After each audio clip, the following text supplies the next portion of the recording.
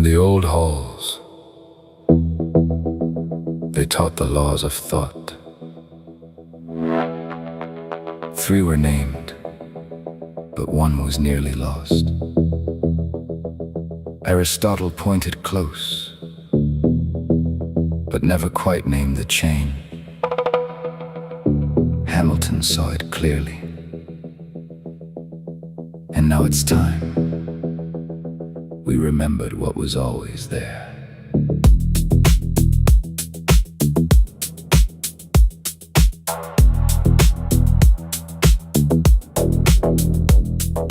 Thought is not a field of scattered stones.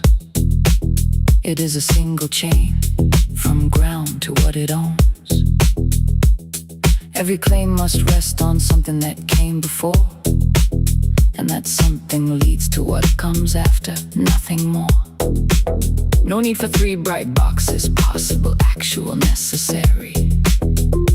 Those are extra labels when the chain is true and steady. Logic isn't sorting categories on a shelf. It's following the thread that holds the thinking to itself. Follow the chain, reason to consequent.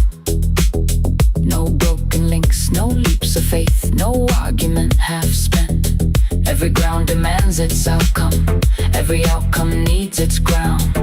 The 4th law holds the thinking world together, safe and sound. Follow the chain, from reason to what must be. The law was never missing, it was only waiting to be seen. Look around today and watch the chains all break. People shout conclusions with no ground beneath the stake. Possible becomes it happened, necessary becomes my side. Without the chain we drift, we argue, and the truth gets left behind. AI dreams up answers with no reason it can show. Feeds reward the loudest claim, not the one that holds. The mess we're in began the day we let the law slip free. Forgot the simple rule that keeps a mind from floating endlessly. So here's the test, the simple practice you can use. When any claim appears in front of you, ask the ground, what holds this up? What came before this view? Then trace the line. Where does it lead? What follows if it's true? If the chain breaks anywhere, the thought is not yet through. No fancy categories needed, no ancient fog to cut. Just ground, connection, consequent. That's logic doing what it must. Follow the chain, reason to consequent. In every conversation, every post, every argument. The 4th law was never lost, it was only left behind. Pick it up, use it daily, let clear thinking come alive. Follow the chain, from reason to what must be. The law belongs to anyone who's willing now to see. Aristotle nearly touched it. Hamilton named it true. Now the chain is in your hands. Use it well. The thinking world is waiting for you.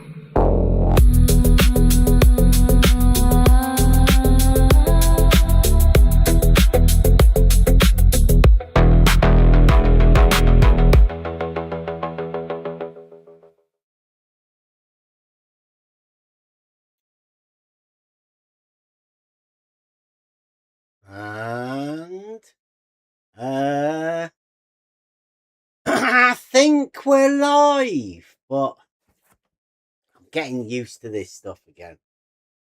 Welcome everyone. I need to get a sound check for the Discord just to make sure we can hear the Discord. If not, I'm gonna have to swap it to a different feed.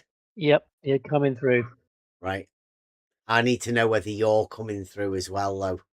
So I don't know how long that's going to take. Okay, I'll tell you, mate. You tell us whether you can hear yourself out there. Yeah. Yeah, are you there as well? Because that'd be great if that works. Not yet. No. Yep, can hear me too. Jolly yeah, good. they're both coming through. Okay.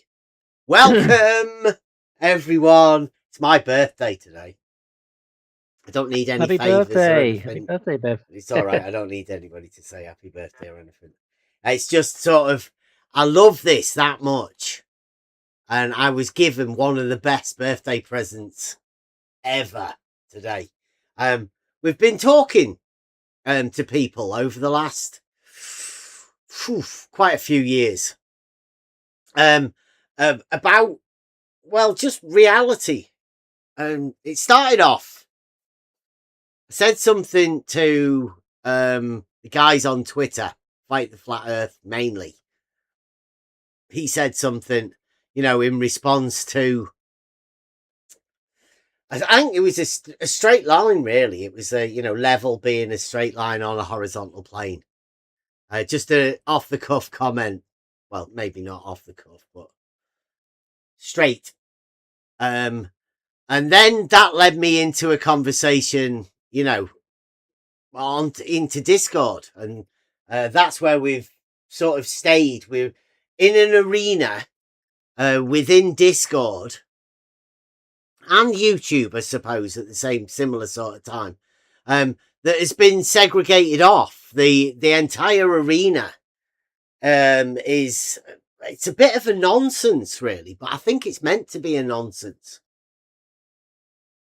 And today, finally, after years, I think people, you know, have the ability now to see just how ridiculous this particular arena is. Now, I've been accused of being a flat earther. I'm sure a lot of people have been accused of being a flat earther. Most people don't know what's required for you to be called a flat earther, and I think just about anybody could be called that modern day. I don't consider myself a flat earther. In fact, I know for a fact I'm not a flat earther. But the journey I've been on has allowed me to prove certain things that I don't think many people have had the chance to do. Similar circumstances have led me to test things that I'm pretty sure most people wouldn't even consider. They wouldn't even know the reason for being able to test these things. They do sound ridiculous. You know, I laugh about it myself when I think about some of the stuff I've been led to do. And right, so today, Nathan Oakley and the Flat Earthers have been led to a position where it's going to be upsetting for them. They've been forced into a position in saying something that I don't know. It's a good job there's only 6 people watching. Because I think this is it's tough for people to be able to get a grip on this exactly. And I'd advise you, if you're in the arena, then you don't want to be doing this, but don't tell anybody you've watched this at all. Although some of the questions that you might have to ask yourself about this, well, I was wondering how to start it. So I've quite a bit ago, there was a group of people that went and they did what's called the final experiment. Now, the final experiment gave a chance for people to see something I don't think they were prepared for. And there's a documentary / film that was made about it. The circumstances that led up to it were pretty strange. But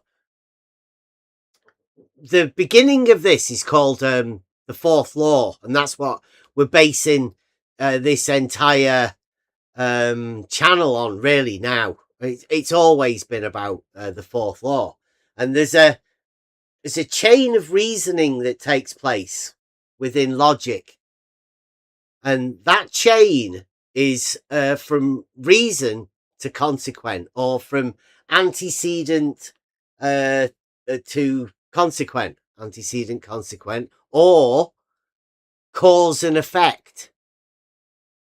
But because of the fourth law, it means that this chain, the antecedent becomes the consequent for the next statement, and each statement becomes both antecedent and consequent, or cause and effect. The chain progresses, and it can go backwards as well, this chain of reasoning that occurs because of this.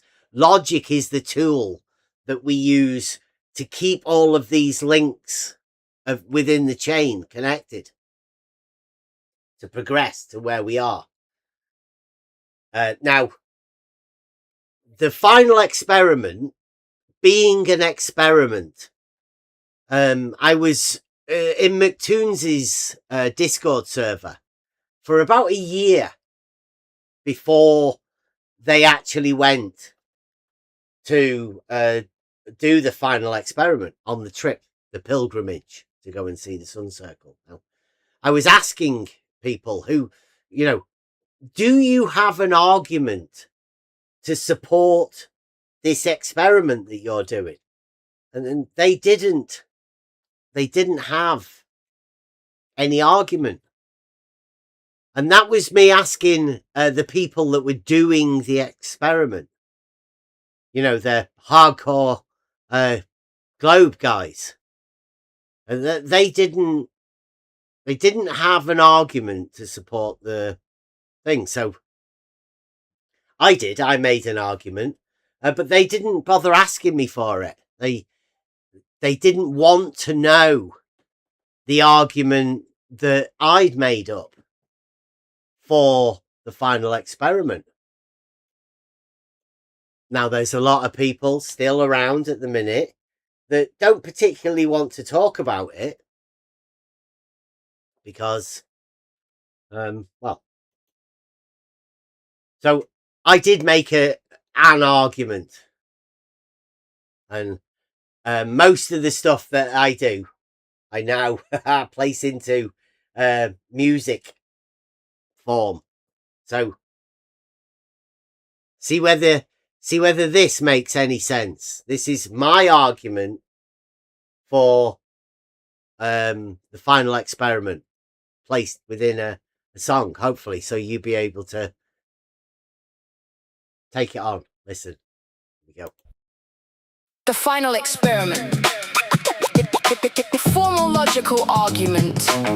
If the sun circles a point, as shown on the azimuthal equidistant map at the FE clock, then it cannot also circle another point. A circle only has one center. Basically, if a circle has a center, which all circles have, then that circle cannot also have a center upon its own circumference. A circle with two centers is preposterous.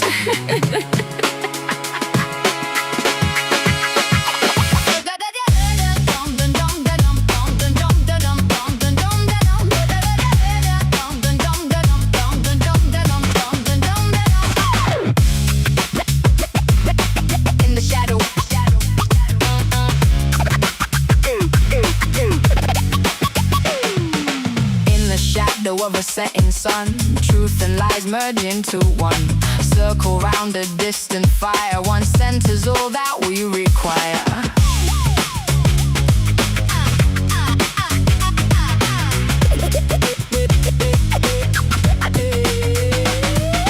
Maps that show the way we go, lies and truths we think we know. Orbit in the dark of night, twisting facts that we recite. Circle spins with just one heart, never 2 points so far apart. One truth in a world so vast, hold on tight, the die is cast.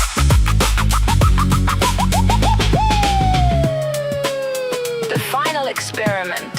Formal logic logical argument. If the sun circles a point, as shown on the azimuthal equidistant map in the F, then it cannot also circle another point. A circle only has one center. Basically, if a circle has a center, which all circles have, then that circle cannot also have a center upon its own circumference. A circle with two centers is preposterous. A circle with two centers is preposterous. Logic cuts through tangled lies, sharp and clear beneath the skies. Geometries of fate unwind, leaving all our doubts behind. If a circle's true and pure, can't be split by rumors unsure. One center holds the axis strong, prove the skeptics also wrong. Circle spins with just one heart, never 2 points so far apart. One truth in a world so vast. Hold on tight, the die is cast. Okay. That wasn't the one anyway. There's a better version. But basically, if the sun circles a point, like it does on the Sun and Moon clock app that Dave Weiss has, or the AE map, the azimuthal equidistant map, then it can't have another center point upon its own circumference. That was my argument for the final experiment. And to this day, I don't think anybody else has ever made an argument for the final experiment. Because, I mean, we've got Whitsitt, who said the other day, we went over the stream where we talked to him.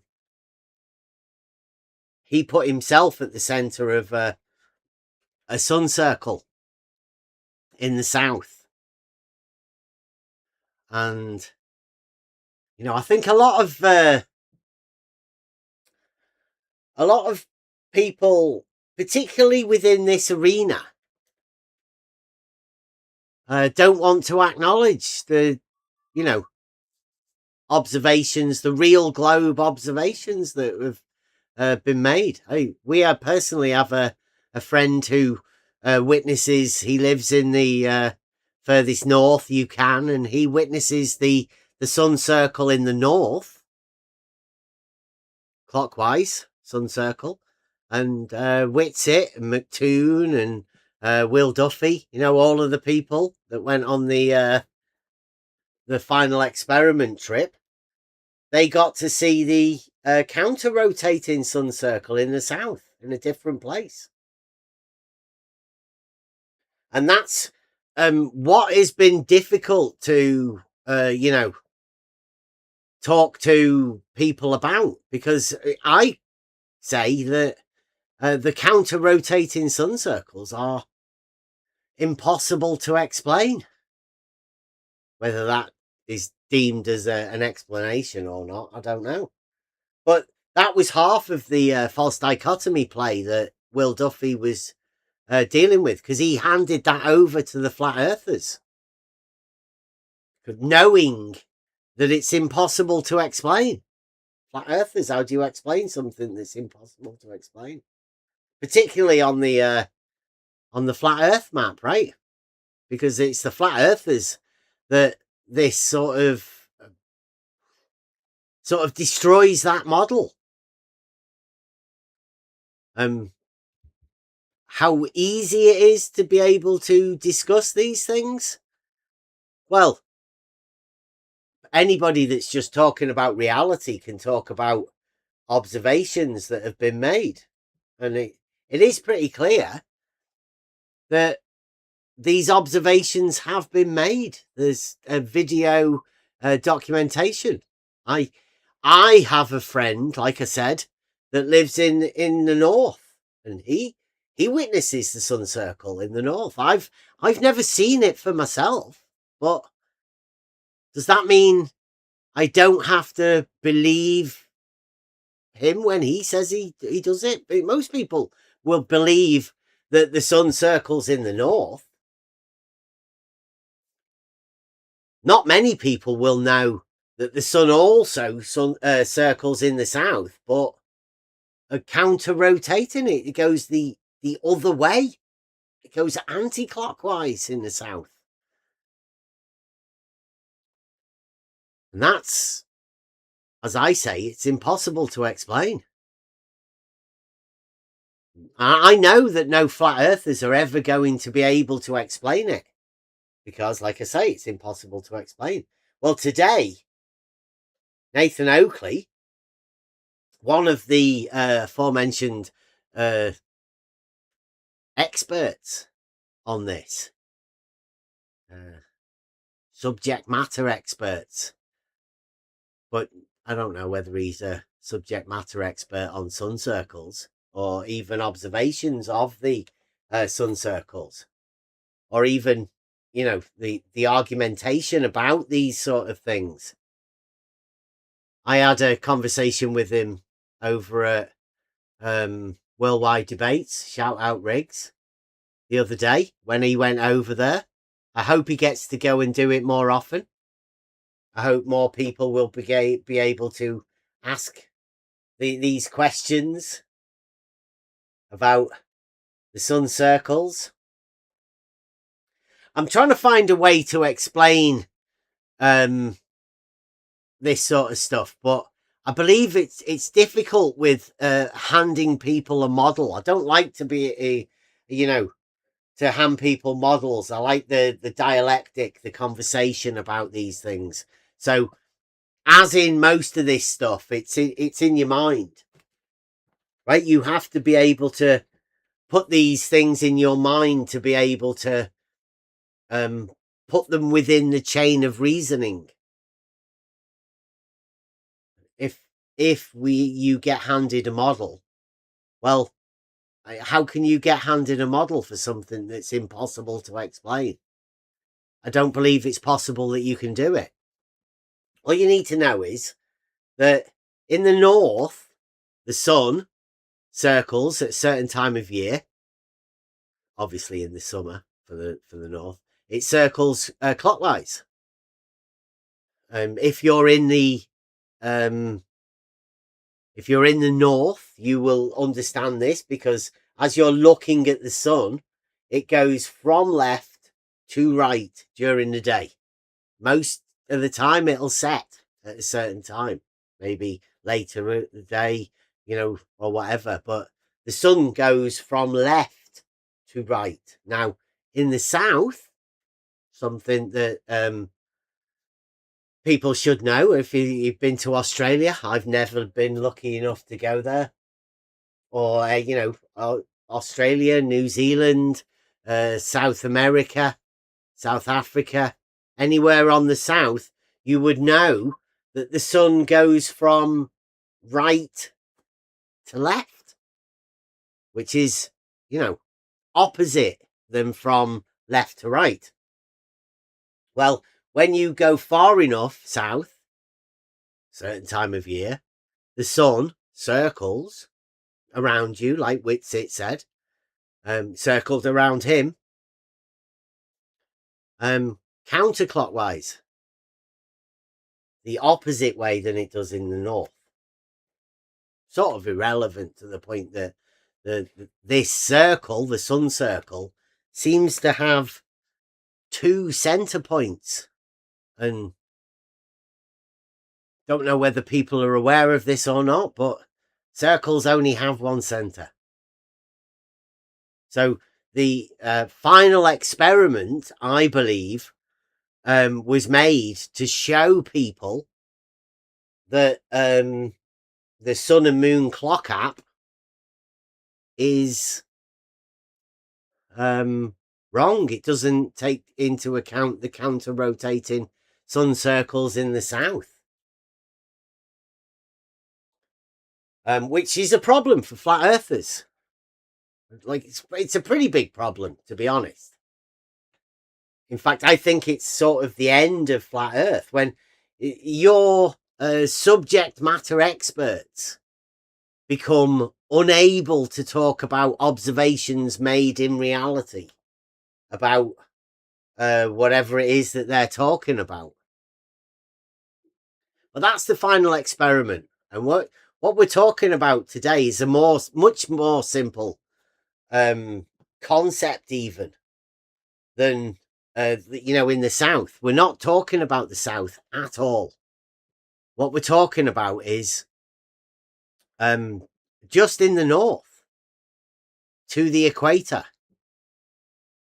Do you place a limit to north, and does that put a center point for a circle? Because what we're dealing with here is distance measurements, and knowing that the equator is east to west, and to the North Pole is obviously north, and knowing that the cardinal directions are perpendicular, then that would dictate straight lines. So the equator, I state, is a straight line. Now, I've been told by flat earthers that they have a circle of equal altitude or a circle of equal elevation. Nathan Oakley stated it a lot, and that's why I have to thank him today. He's done a live show, which we will go over in a minute, that well, I think we might have to go over it. I don't want to hang around about too much, but this is quite a long show today where Nathan did this. Can you see that? Yeah, you can. So let me get. Do you want some?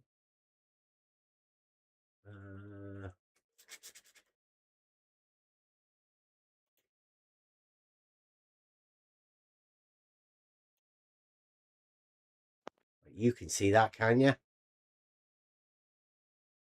I can see it in Discord. Okay. You can see it in Discord.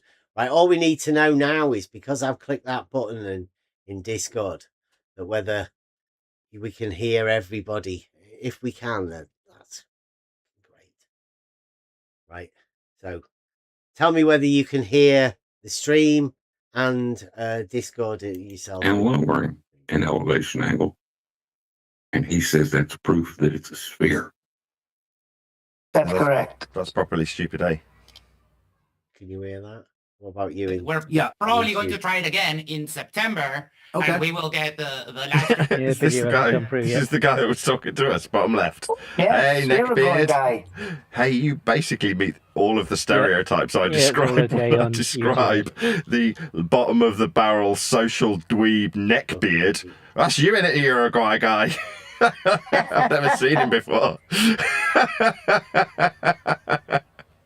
Oh my god. Right, so Nathan, obviously, he's going over. Somebody's advised him to go over a video, and this video is McToon going over a 53-degree test sighting.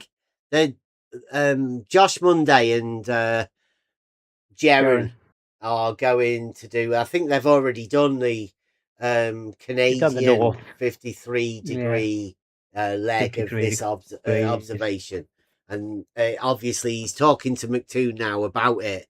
Nathan's unaware of who Josh Monday is, which is amazing for me, that he can be so out of touch with his own subject matter expertise. He doesn't know who the very guy is that's going to help Jaren do the 53 degrees. And Josh Monday is I'm guessing he's just a Christian musician that's wanting to, look at stuff in reality. And there's nothing wrong with that. You know, there are things that you can do in reality, right? That show you what happens in reality. And why should anybody be scared of it?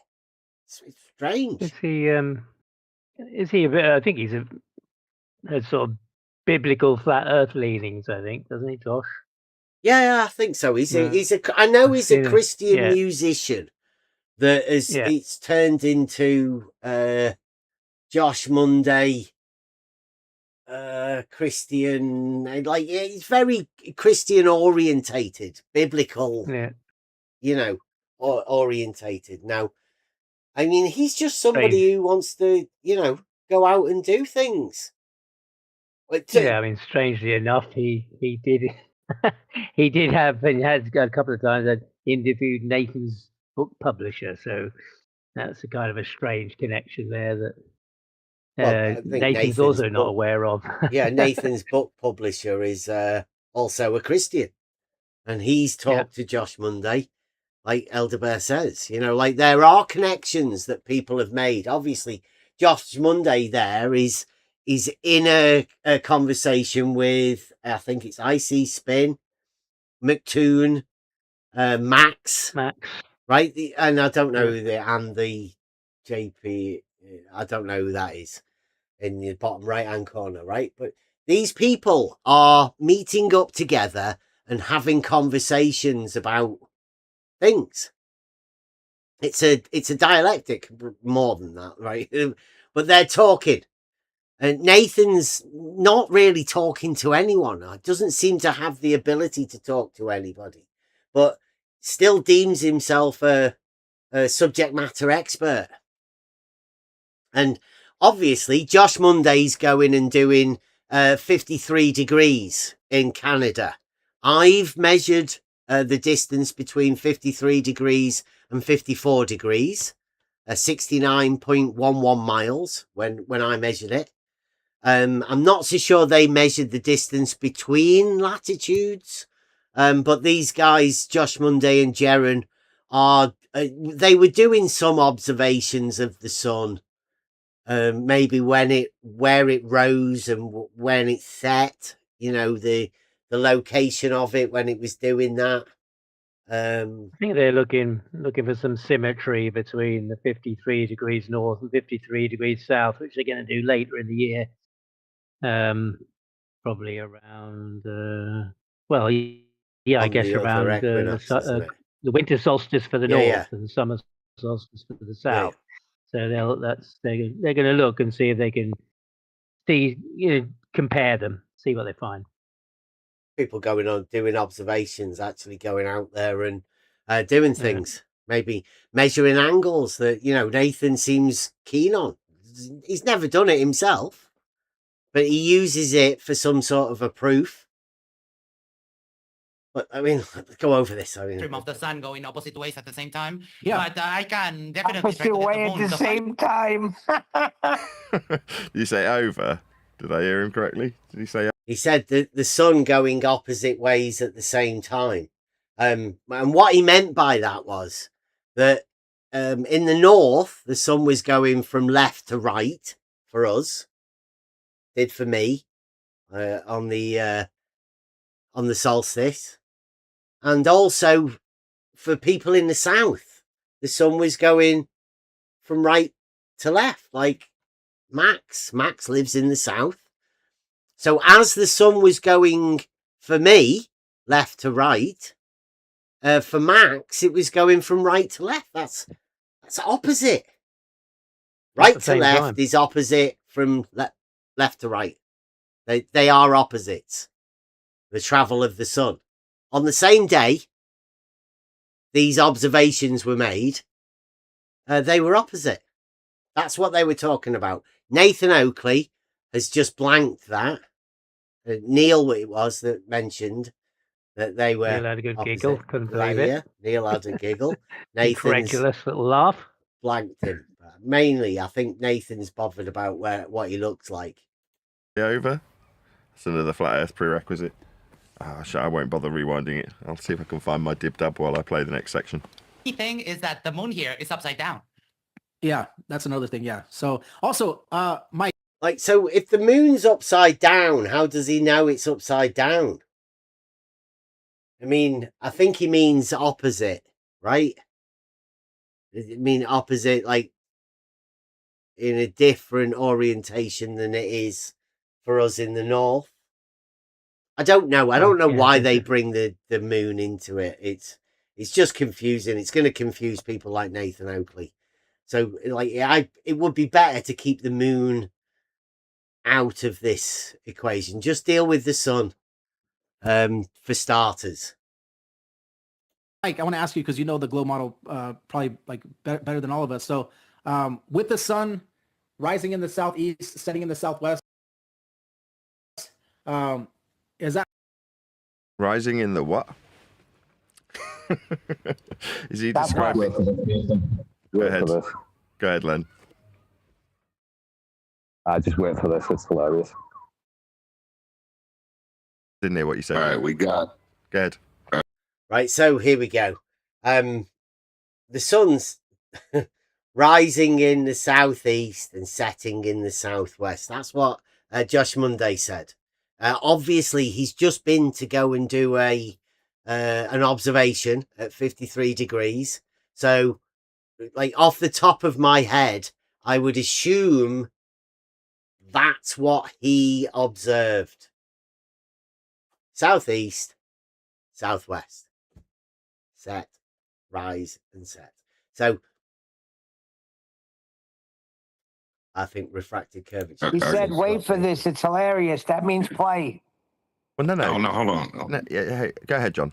I was going to say, you get the azimuthal directions that are based on horizontal, the north, south, east, and west. Or we'll get a globe proof from it. Yeah, you can't. It's talking about azimuthal directionality, degrees from north that are ascribed to these conventions with respect to the azimuthal degrees from north that we ascribe south, east, and west. Now, there is only one true direction. I was talking about this actually on Roger Ledwell's show today.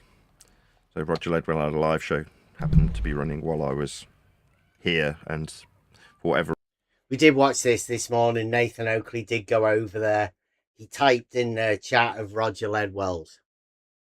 But as you can just hear, Nathan has, well, he has the cardinal directions on the azimuthal, which, you know, they are. But he's not telling the true story. He says there's only one direction, and then he's ECV'd off to something else. So For a reason, the trampolining was cancelled today. Apparently, they had a show on last week, so I didn't end up going. So I'm like, wow, this is an unexpected turn up. I've got an hour and a half to myself, where I don't have to ferry one of my children to a class. Wonderful. So I sat and watched Roger Ledwell, and he's talking about the same thing. So I think in his particular example, they were talking about circumnavigation and the suggestion that the equator is a straight line. Here's the first mention. The equator is a straight line, says Nathan Oakley. Or that's maybe what Roger Ledwell was talking about. He's wise beyond his... I mean, I'd say if you really... You should watch Roger Ledwell. He's one of the newest subject matter experts for Flat Earth. And Nathan's taking it, him talking about the equator being a straight line quite well.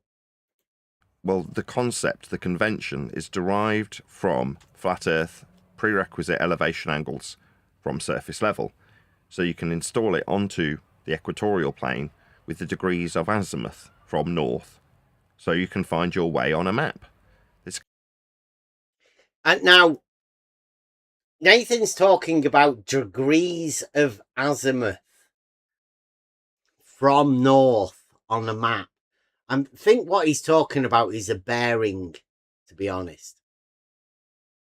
The bearing of 90 degrees would be east, because the start at the 0 north, turn 90 degrees, you are heading east. And Another 90 degrees would be 180, which is south. Another 90 degrees, 270 degrees, which is west. That, I think that's what he's talking about.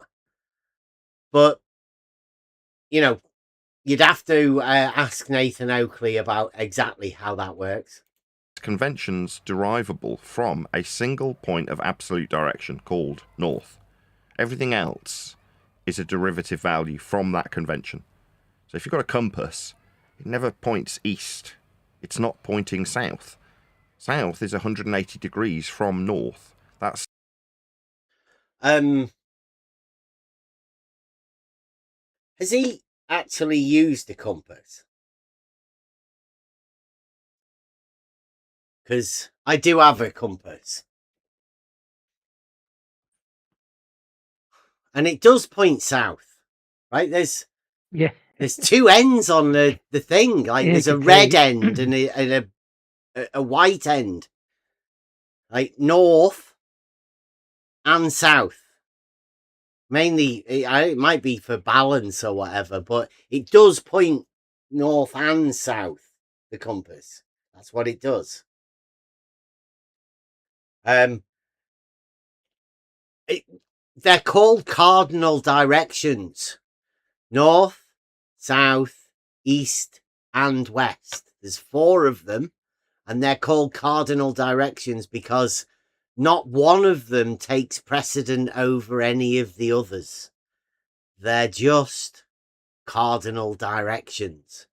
Nathan seems to believe that one of them has priority.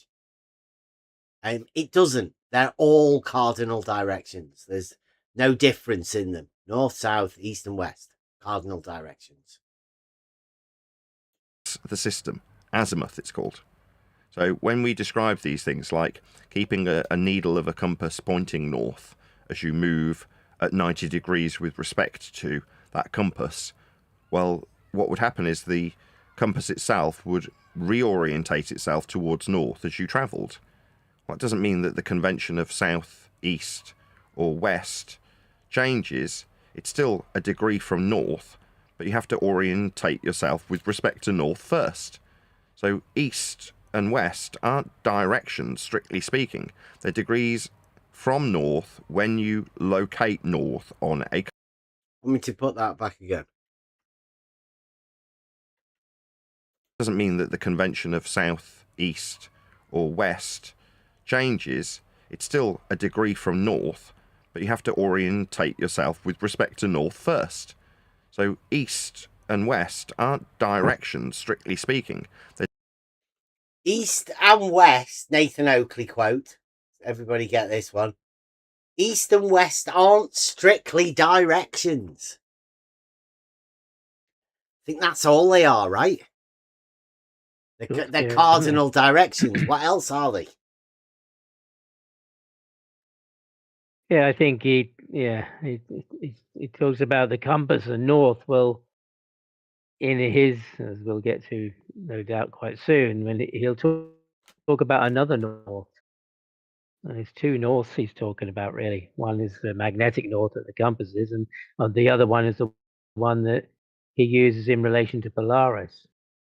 So there's two norths, and he's, so he says north, but he doesn't say magnetic north, so that isn't actually Polaris he's talking about. And when if he measures an angle from that magnetic north, it won't be the same as measuring an angle from the north that is the zenith GP of Polaris, and that's in a different position. Yeah, I'd like to point out at this point as well, if there are any flat earthers watching, this man, we know that it's Nathan Oakley, and he claims to be a subject matter expert, but really he's an embarrassment to people that have been around this arena for however many years. I don't know. Fancy coming out with the east and west aren't strictly directions. That's embarrassing for anybody to say that. I mean, what made Nathan Oakley come to that conclusion? To me, it's amazing. The degrees from north when you locate north on a compass. That's how the system works. So the degrees from north, the azimuthal system, must hold true in the horizontal for you to orientate yourself with directionality. That's the system we have been burdened with when we find our way around with a map and a compass. Now, one of the things that most people know is that the sun rises in the east and sets in the west. Now, you don't need a compass for that. You do need a sun to both set and rise. Sun circles aren't going to help you in the case of the set and rise of the sun. But, you know, you don't need a compass for those sort of things. Nathan seems to confuse compasses and directions, cardinal directions. It's tricky, I know, for some people to try and grasp these concepts, how somebody like Nathan Oakley could have been in this arena for so long and not know the multiple methods of knowing orientations and directions and how to find these directions. Well, that's just how it is. Now, what we're describing is fundamentally required to be flat, because that's what it is. It's degrees in the horizontal. There's no, oh, well, what if the needle moves? It doesn't matter. We're talking about degrees from north. That's what azimuth is. No. Azimuth is just a horizontal plane that all tools are set upon. You know, you orientate your tools within this azimuthal plane. It's nothing to do with the compass, really. Definitely got nothing to do with degrees. It's just a horizontal plane. Nathan's confused, but you just say hello to LVA Paul while you were there. Unfucking real. They talked about LVA Paul, actually. They were saying that he was out on the promo tour and they hadn't seen him since. That was kind of all they had to say about it. So, I mean, I don't bear any ill will. He actually sent me a super chat a couple of days ago, Roger Ledwell. Thank you very much for the super chat, Roger, via PayPal. Of course he did. Right, so LVA Paul, this has been mentioned a few times. I've heard Roger Ledwell talking about LVA Paul. LVA Paul was the guy that gave Nathan his well-known supercomputer that he spent thousands of pounds on. So, but LVA Paul has fallen out with Nathan. He's supporting QE and Adam and their book tour. And Roger Ledwell has a measured flat.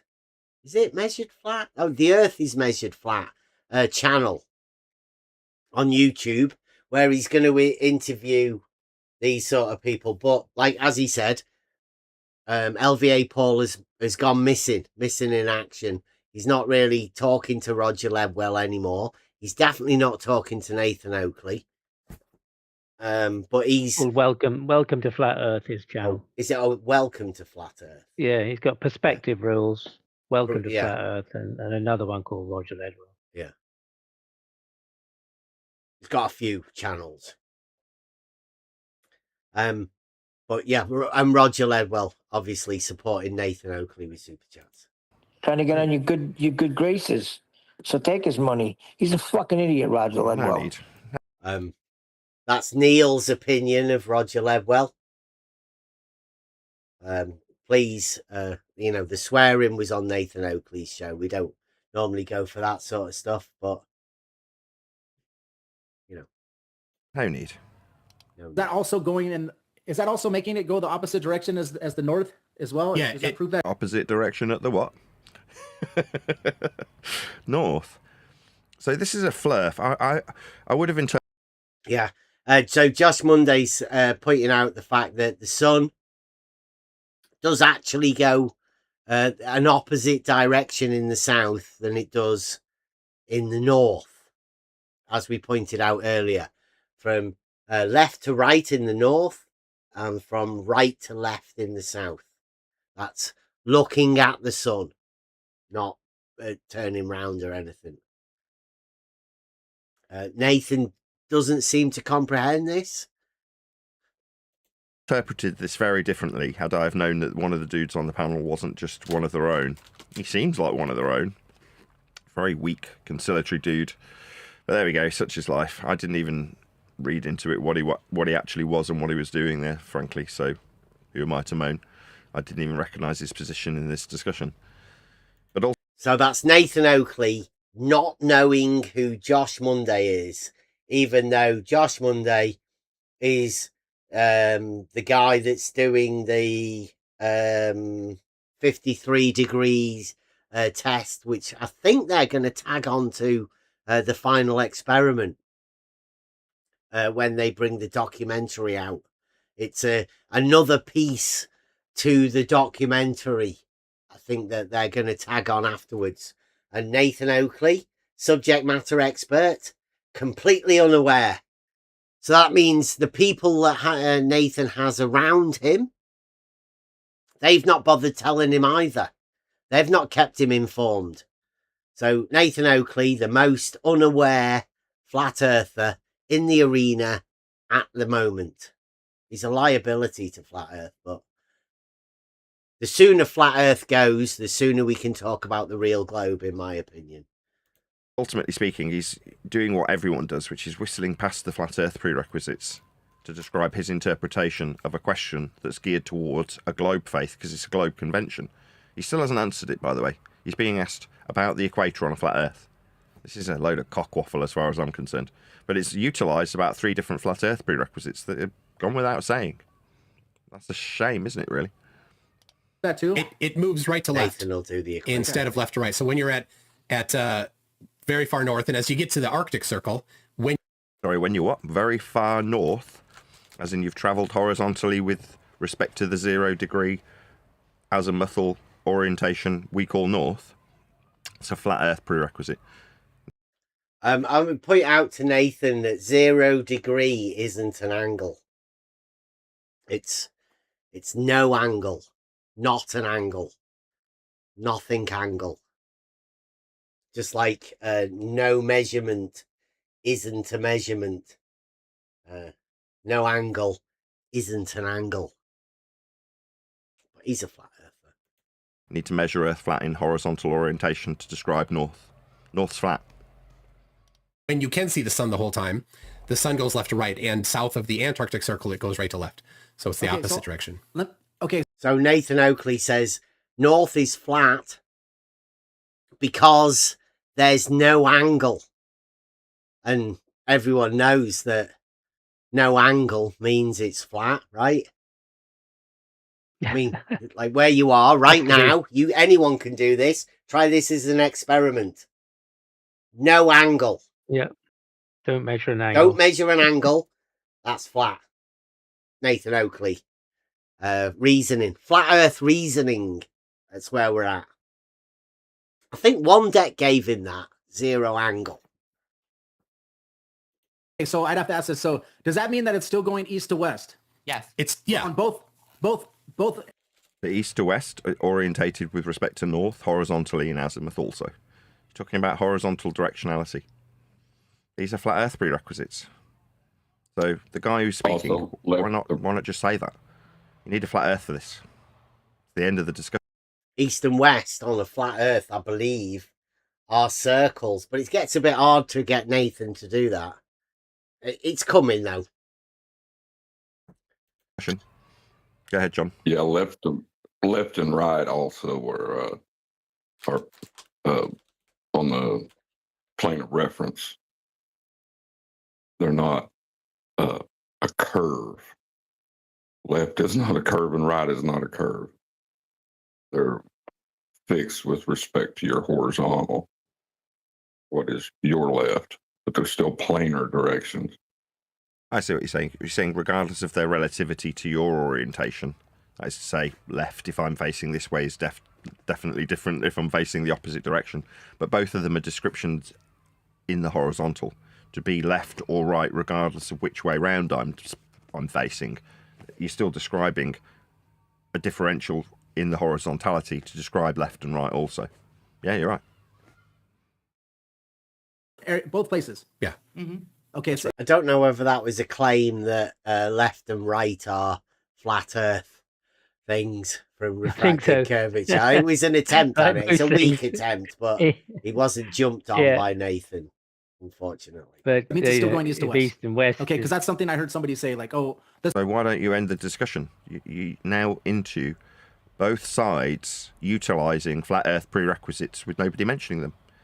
Both sides. Notice that. We're heading into the false dichotomy, but you know he's on his way. It's almost like what I've been describing for about the last 6 months.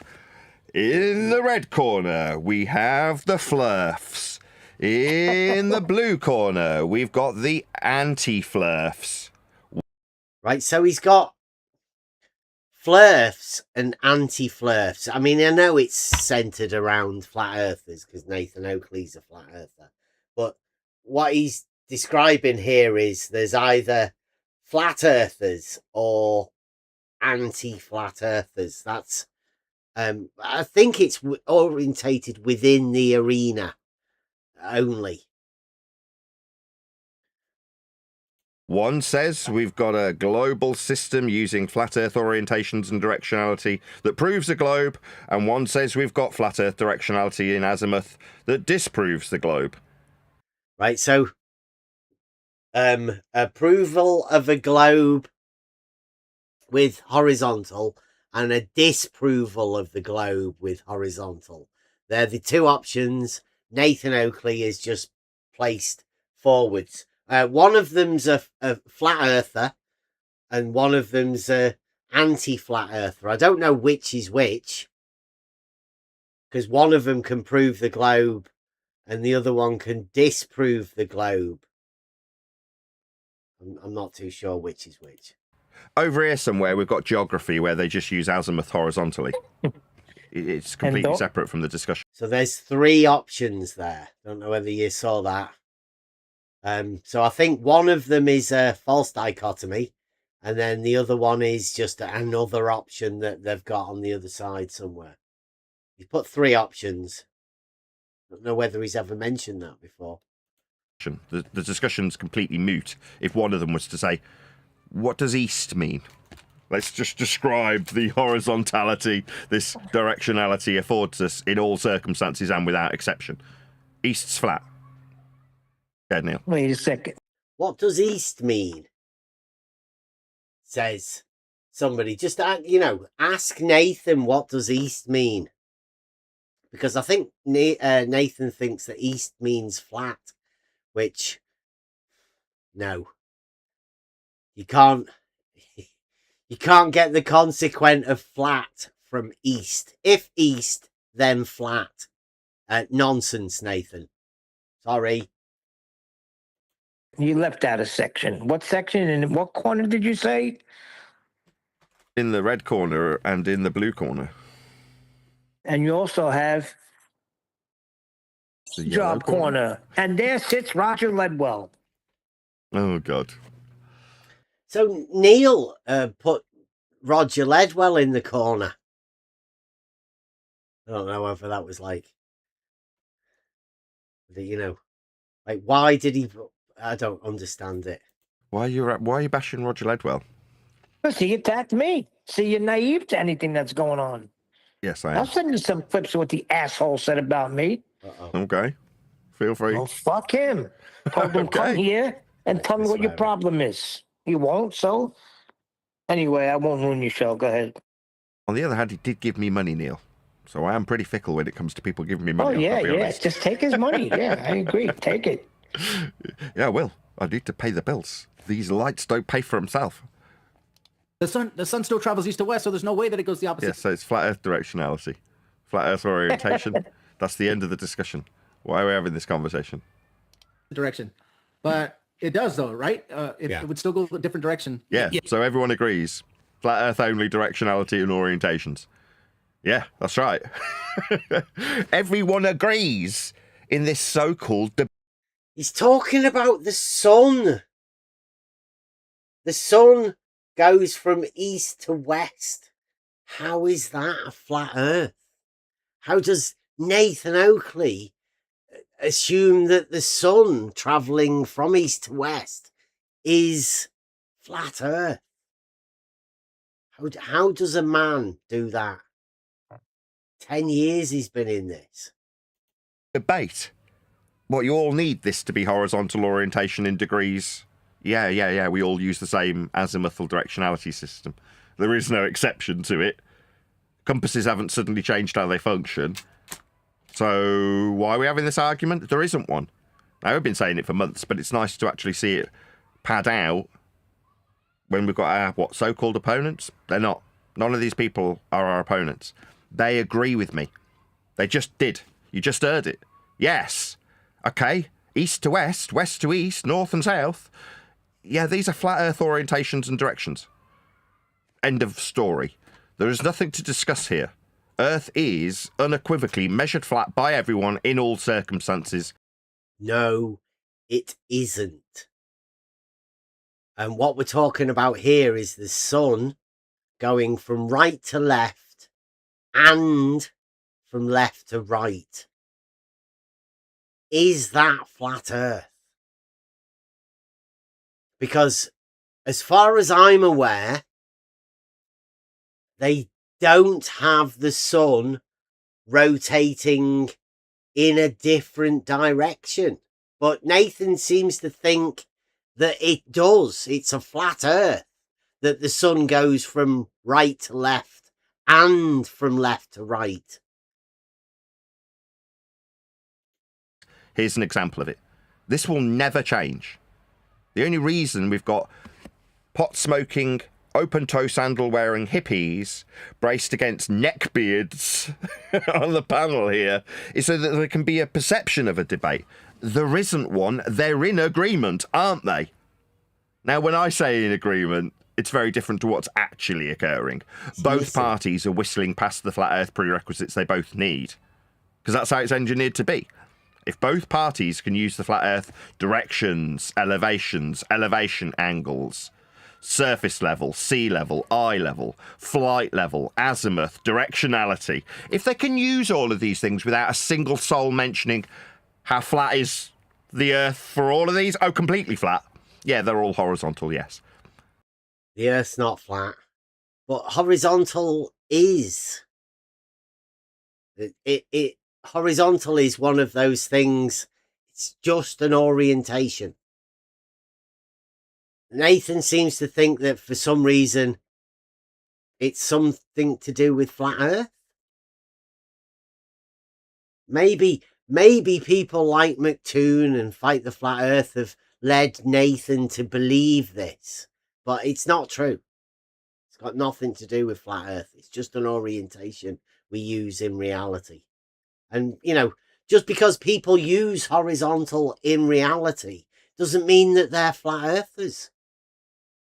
If somebody can prove horizontal in reality, it doesn't make them a flat earther. It just means it's one of the orientations that we use in reality. But the problems are stacking up for Nathan. You can see them in his mind. So we can only carry on this discussion if everybody accepts every one of those 9 flat Earth prerequisites that I just listed. Yes, correct. Well, what do you have to say about it? Well, in my mind, as a globe-believing idiot, level, that means no part higher or lower than another, bends. Oh, I see. So to square this circle of you guys needing flat Earth prerequisites and axioms that cannot bend, you say they bend. Yeah, basically. At which point, I, as an individual, as a person... He's going through a little bit of a mental breakdown, and it seems like he's talking to himself on a live show right now. If you're not following what Nathan's saying, don't worry. He's talking nonsense. He's contradicting himself within a conversation that he's having with himself.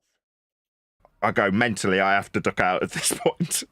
If you need a contradiction in terms to affirm your belief when using flat earth prerequisites that are only capable of description in the horizontal, and you say horizontal bends, not appreciating that for it to be bent, you'd have to describe a deviation from the horizontal, meaning that horizontality will axiomatically hold true even for your violation of it, means that I just don't want to engage with these people.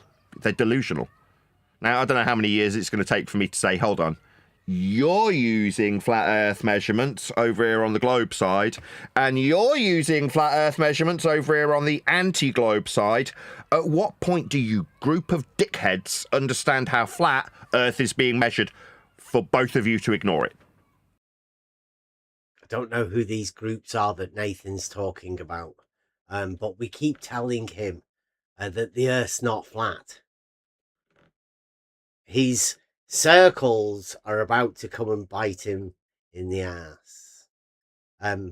Basically, if the circles are east and west, then it becomes rather difficult for north, south, east and west, the cardinal directions, to be perpendicular to one another, particularly if east or west, or both east and west, have become a circle. He would need to have, as he says, these bearing angles to a curve. If east and west are a curve, then the angle from north to east or west would be an angle to a curve, because east and west are going to be a curve. That's impossible. That's his problem. I mean, it's one of his things, isn't it? Can you have an angle to a curve? Yeah. So I hope that Nathan Oakley isn't going to place east and west as a circle or a curve, because that would be really bad. When does that occur? Year? 2 years? I mean, these are inconsequential questions I'm asking. I don't think Nathan Oakley's going to be around that long. I can see a serious mental breakdown coming very soon for this poor fella. Does it make any difference if either of these two sides of this so-called debate recognise how flat azimuth is? No, azimuth will still be horizontal directionality. It doesn't matter if they get it or not. And that's the point, isn't it? Because they don't have any consequence. Nobody on any of these panels has any consequence to the actual geography of Earth and its flatness. None of them. The consequence. So again, I have to keep coming back to this. We're dealing with the fourth law here, right? Of reason and consequence. What would be the reason for anybody to have a consequence within whatever Nathan's talking about? None of this, what he talks about, makes any sense whatsoever. Will change. How flat it's always been measured will be measured today and will continue to be measured tomorrow. Horizontality in the case of azimuth, as they are directly discussing that right now, will not change. If both of them suddenly turn around and go, oh my God, how silly am I? We were all measuring Earth flat then. Yeah. What will change? No, setting up telescopes, theodolites, auto levels within the azimuthal plane, it doesn't mean you're measuring the Earth flat. And the only reason I think Nathan doesn't know this is because he's never done that. He's never set up a theodolite. He's never set up an auto level. He's never set up a telescope. He's never made any measurements for himself. So he doesn't understand that setting up an azimuthal plane doesn't mean that you're measuring the Earth flat. Anyone that has done it will know that you're not measuring the Earth flat when you do that. This is Nathan Oakley's assumptions upon things that he's never done. He should start trying to attempt to do something. Change. Absolutely nothing. So it's inconsequential. It's just fart sniffers arguing amongst themselves. Fart sniffer versus neckbeards. That's what we've got. There's no arguments coming from anyone in this arena apart from you heard me make a syllogism at the beginning about a circle only having one centre. Well, you know, that's a half an argument. It's a syllogism. Yeah, but it's not just east to west, right? It's not just the flat Earth orientation, directionality, and azimuth. Okay, what else we got other than the flat Earth directions that we've measured? It's east to west, and it's moving right to left versus left to right. Oh, so it's another different flat Earth only convention in the horizontal as well. I see. So just 2 flat Earth proofs and prerequisites then. Is that all, Toon? East to west isn't flat Earth, Nathan. You can't just jump on cardinal directions and assume that's flat Earth. Doesn't work like that. Except to a delusional flat earther. This is a pointless discussion, isn't it? Go ahead, whoever that was. He's a freaking moron. He just uses flat earth directionality like it's okay. It's old school. People haven't noticed. We are, as far as I'm concerned, on the tip of the spear now. So I said this yesterday, and everyone was like, I don't know. I think we're the only ones who have done this. We are special and unique. Num, num, num, num, num. My suggestion is that if we've come up with this, or recognised it, that there's a separation between flurf and anti-flurf versus, separately, geography. In this case, azimuthal, horizontal, that's flat, directionality. It can't bend. It's horizontal. It's north, south, east and west degrees from north. They're horizontal. There's no disputing it. It's the end of the discussion. But what are we doing? We're going to argue amongst ourselves like there's some consequence to this? Well, if we are... If you're going to argue, Nathan, I would suggest that you attempt to make an argument, because it's a little bit hard to argue without an argument. In fact, I'd say it's impossible to argue without an argument. And he doesn't seem to have an argument. The only thing he seems to be saying is that the cardinal directions are flat Earth. And he thinks he's stumbled across this and nobody else has noticed it. This is a madman on the verge of a mental breakdown, in my opinion.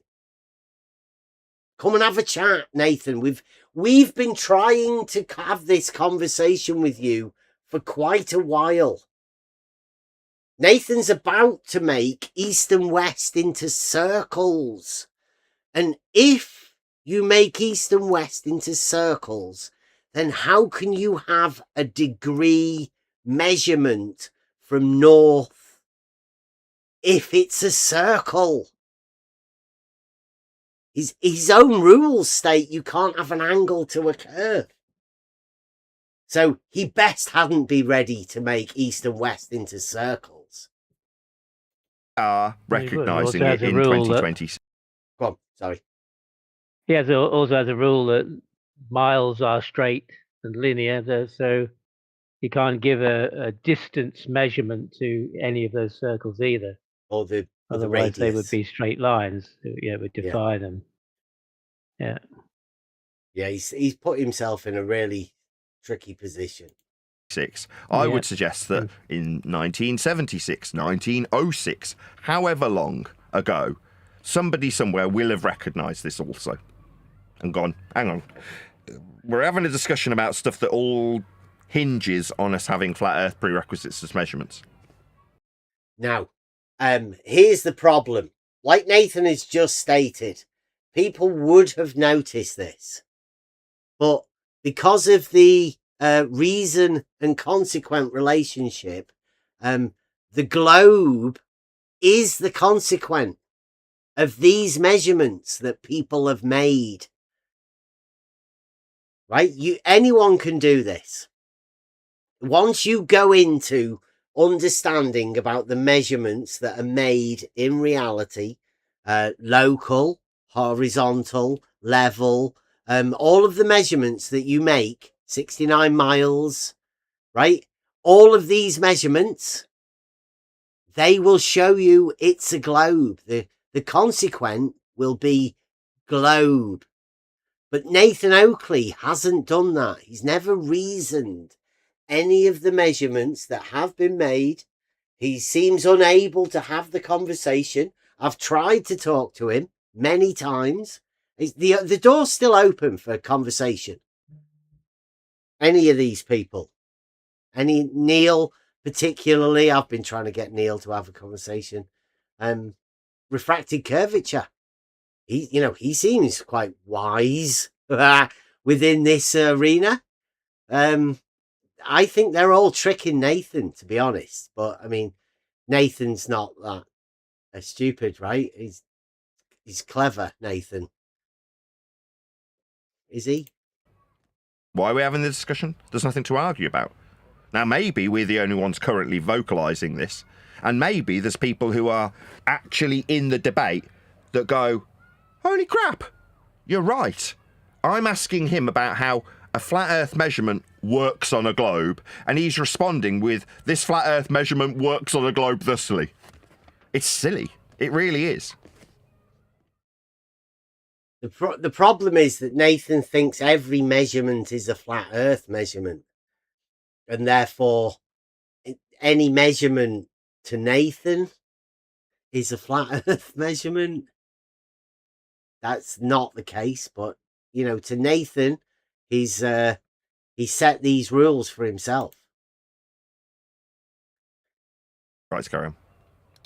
And so it can do both. It can go east to west, and it can go in a flat earth direction and go clockwise or counterclockwise. Okay. Okay. So now,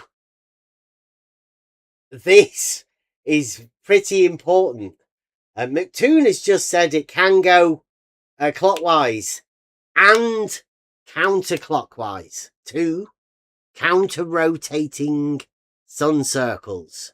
I say impossible to explain. I just watched Nathan's face when he hears this. Can go in a flat earth direction and go clockwise or counterclockwise. Okay. Okay. So and that's a deception. He doesn't know what's happened there. Doesn't know how to reply to that. Impossible to explain is the answer. What has Nathan done? Is that flat earth? Is it being impossible to explain? Nathan Oakley's flat earth measurement?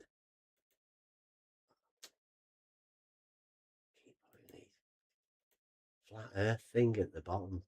Deception that I see flat earthers talk about. Nathan we're going to get me. I'm going to get a mention here.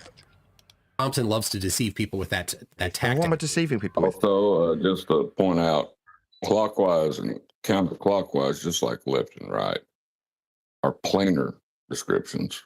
They travel upon a fixed plane with respect. So refracted curvature is picking up on McToon saying clockwise and counterclockwise.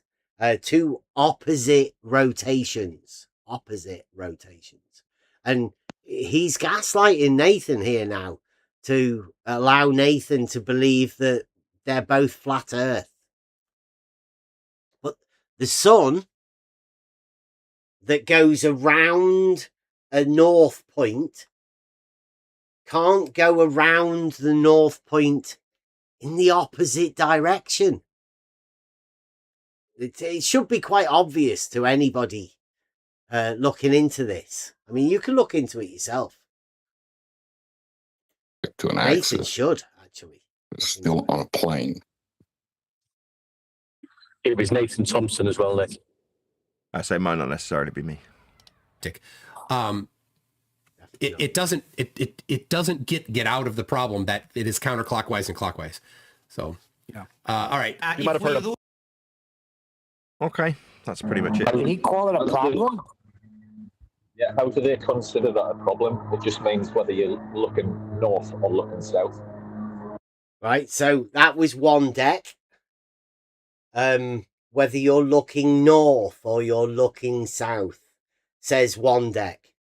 The sun, as you're looking at the sun, travels clockwise in the north and counterclockwise in the south. Not whether you're looking at it or not looking at it, but you're looking at the sun, and it either goes clockwise or counterclockwise as you're looking at it. One deck says, how's that a problem? Same direction. You're facing the sun. Yeah, you're facing the sun, but you know, if they're looking at the sun in the south, that's the same for both observers in the north and in the south. It's not a case of somehow turning round and the sun's behind you. Now you say, well, it's coming from my right arm to my left arm now, but the sun would be behind you if you turn round. So they are facing the sun, as you say, both facing the same direction, not in opposite directions. Not, you know, if you walk from the north, it would be the same observation all the way. You'd be going in the same direction, but at some point, the sun would be going in the opposite direction at some point. Yeah, I mean, the sun, as you're looking at it in the south, goes from right to left, and as you're looking at it in the north, it goes from left to right. I mean, to me, that's opposite directions. And it's no problem for me. I can disglobe like anybody, really. But how do the flat earthers say that that's not a problem? Well, they just turn round. They seem to turn round, and that's like looking on the other side of the track or the other side of the road. Or, you know, if you're standing on the road and a car comes past you from right to left, if you cross the road and you look and turn round, it's going from left to right. That's their explanation. But, you know, they're not. Both observers are looking in the same direction. The car changes directions, not the observer.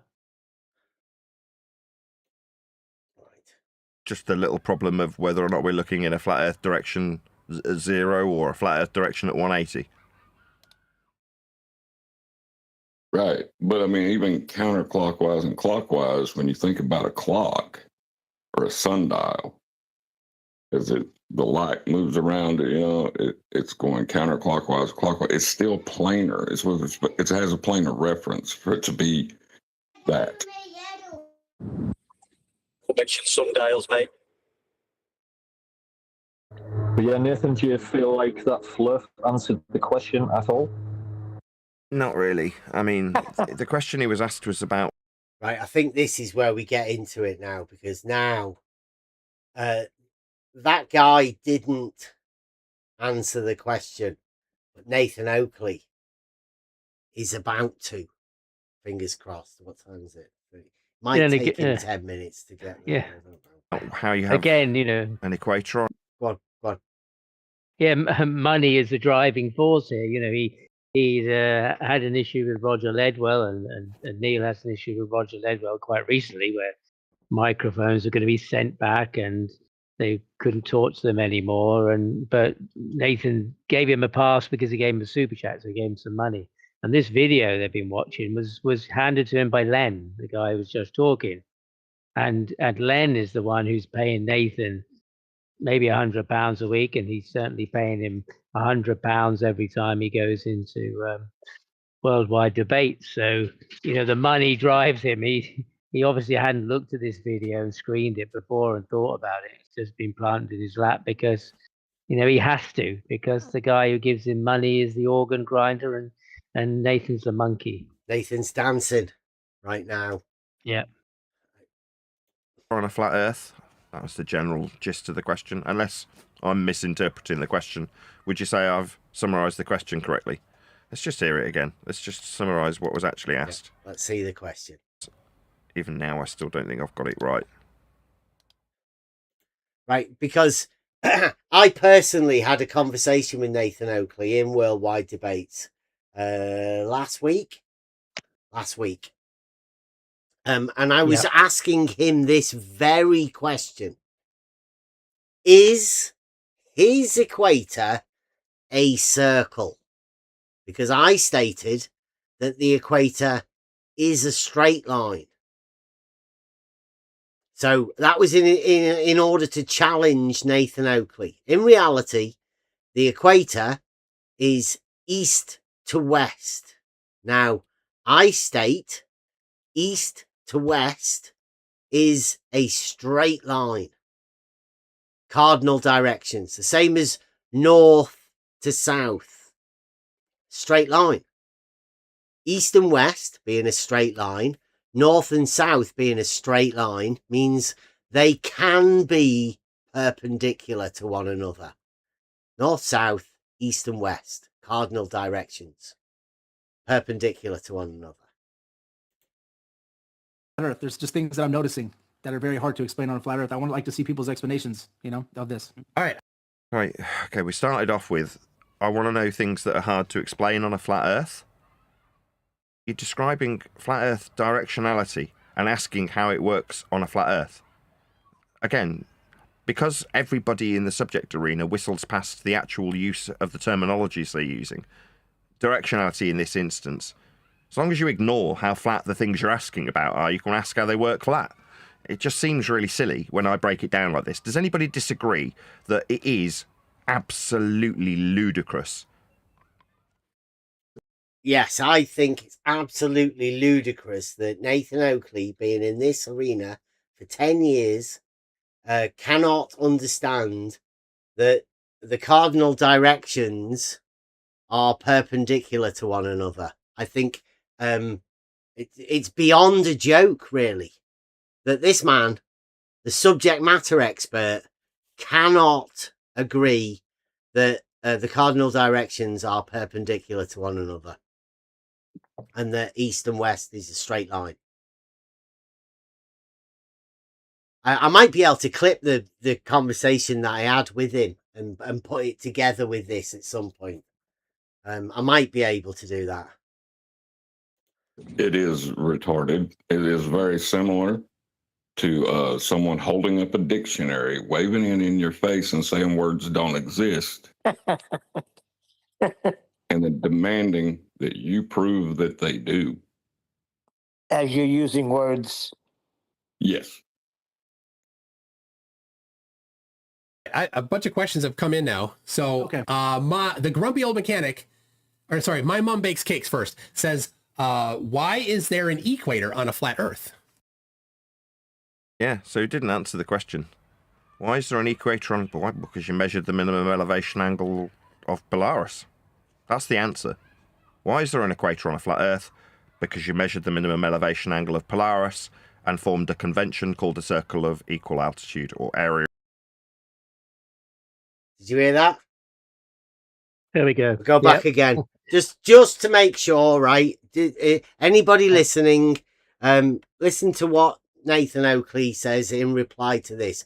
Why is there a equator on a flat Earth? Equator on a flat Earth. There you go. Yeah, so you didn't answer the question. Why is there an equator on... Why? Because you measured the minimum elevation angle of Polaris. That's the answer. Why is there an equator on a flat Earth? Because you measured the minimum elevation angle of Polaris and formed a convention called a circle of equal altitude or area. A convention called a circle of equal altitude. That's a circle. Once more. The equator. This is an equator, a circle. Make sure you hear this. That's the answer. Why is there an equator on a flat Earth? Because you measured the minimum elevation angle of Polaris and formed a convention called a circle of equal altitude or area of equal altitude. He said area of equal altitude. Yeah, he said convention. Yeah. Usually he might use convention in that it's been derived previously. That's the convention. That's the model, if you like, and it seemingly doesn't refer to him, but he just said it's a convention. Why is it on flat Earth? Yeah, he definitely equated to a flat Earth. Why is there an equator on a flat Earth? Because you measure a zero angle, which is you measure no angle. You measure no degrees, which is no angle. and then make a circle. Yeah, by and so the convention. convention is a flat Earth convention in Yeah. this case. It's not any other. So he does have a, what's an unfortunate picture, isn't it? Looks like Beavis. Okay.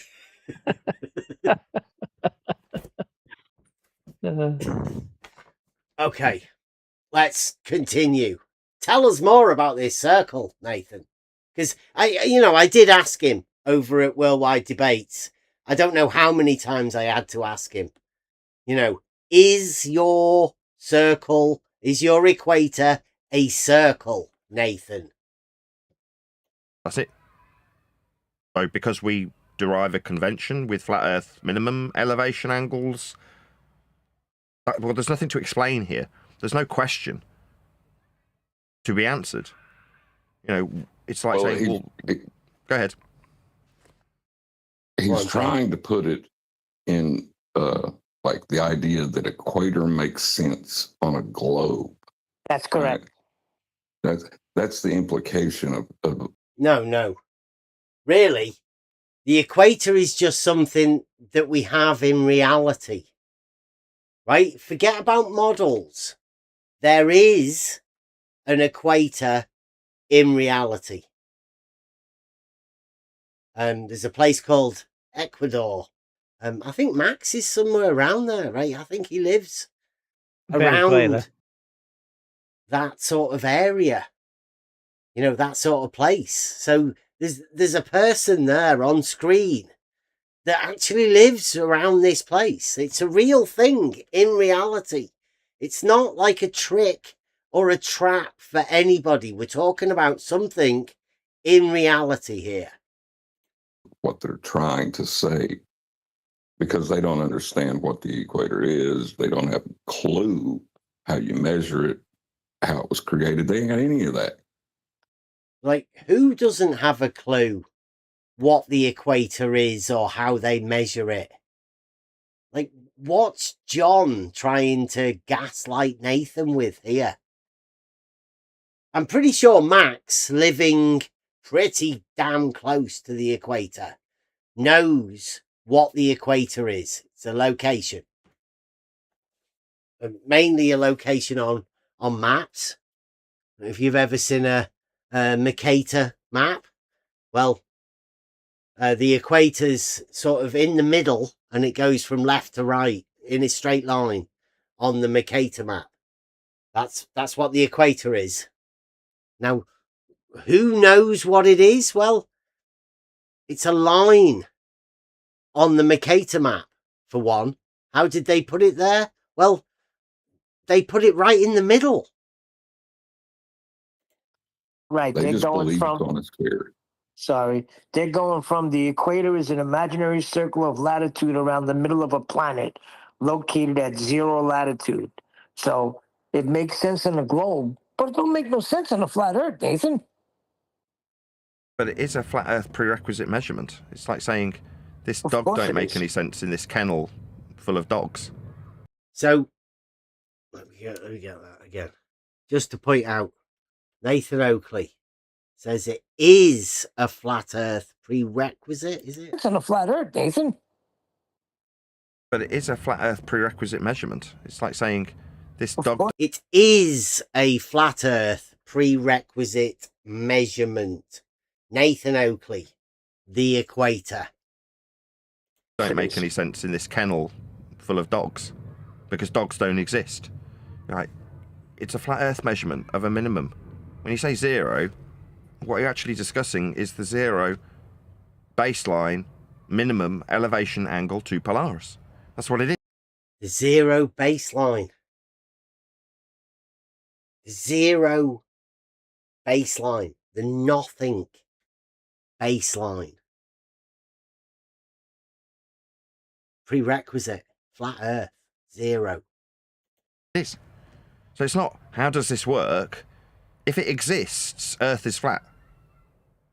Now, as a convention, you can suggest if the equator exists, Nathan Oakley, and the Earth's flat. I'm not too sure that's valid reasoning. But, you know, it is flat Earth reasoning, Nathan Oakley style. Yes, that if you take the elevation angles that you draw with circles of equal altitude as you move towards Polaris, you'd have an equator. Yeah, that's the minimum elevation angle of Polaris. If Polaris is the center, we just go back there? Because he does a thing with his finger when he's talking about the equator.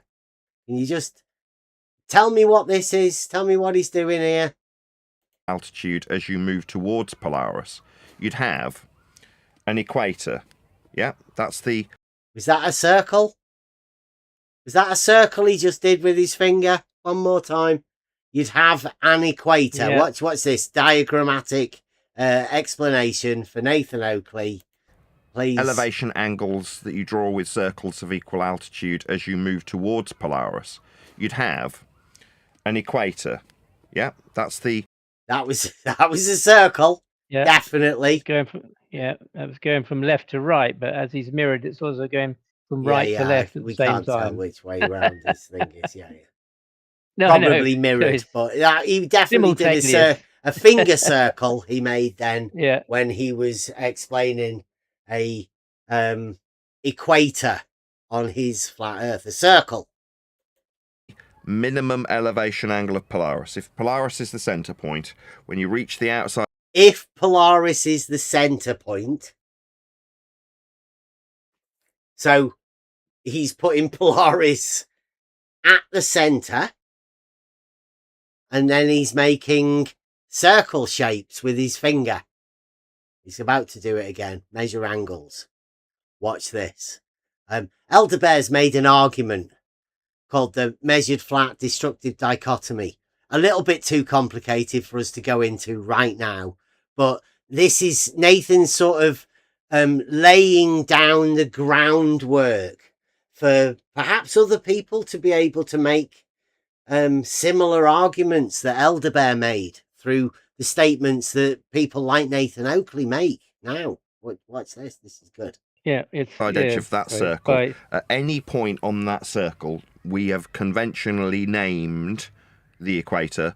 The angle to Polaris would be at its minimum. It's on the horizon when you measure it. Yeah.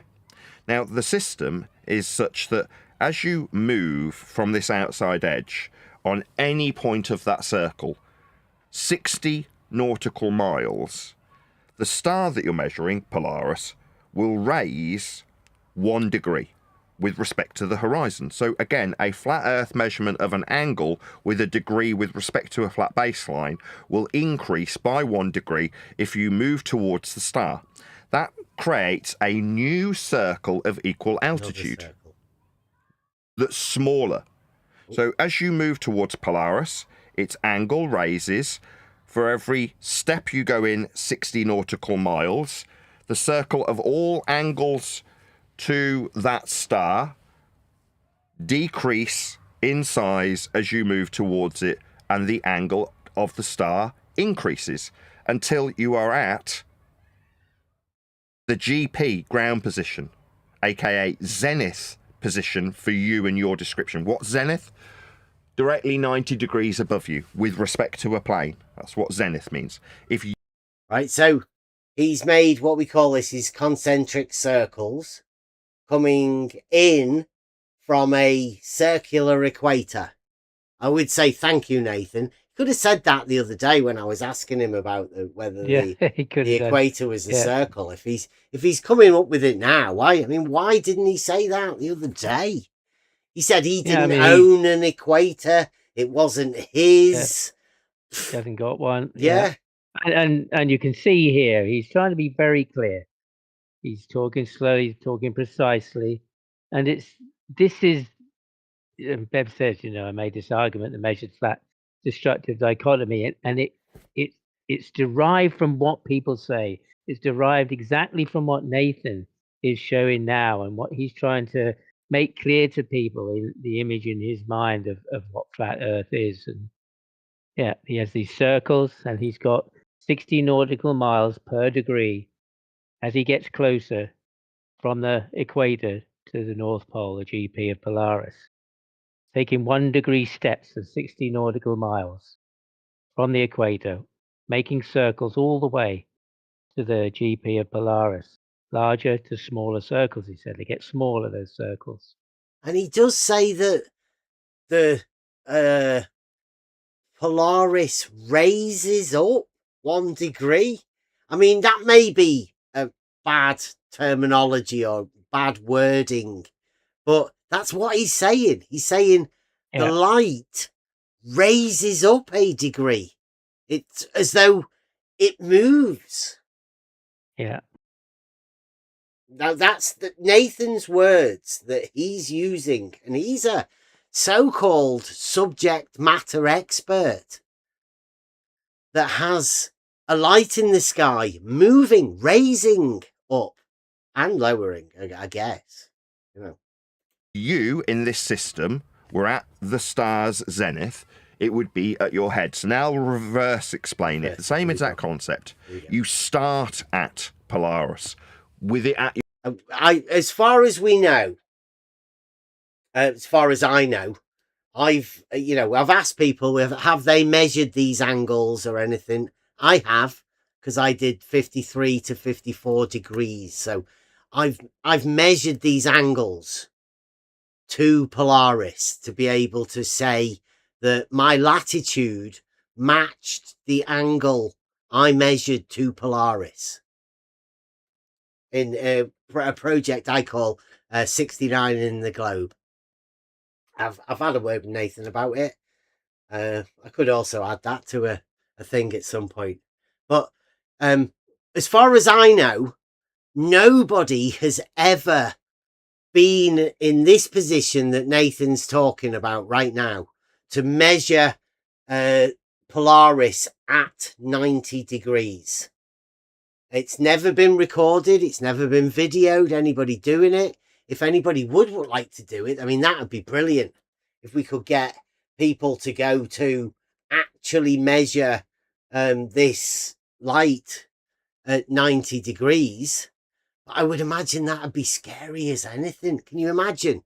Like, I mean, I don't know whether anyone realizes what that would entail, but it would be dark 24 hours a day, and you would be walking to a place that no one's ever been before to measure an angle to get this light in the sky directly above you in the dark.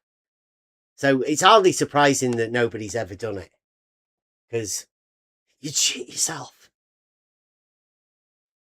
But Nathan's talking about it, right? So Nathan must know.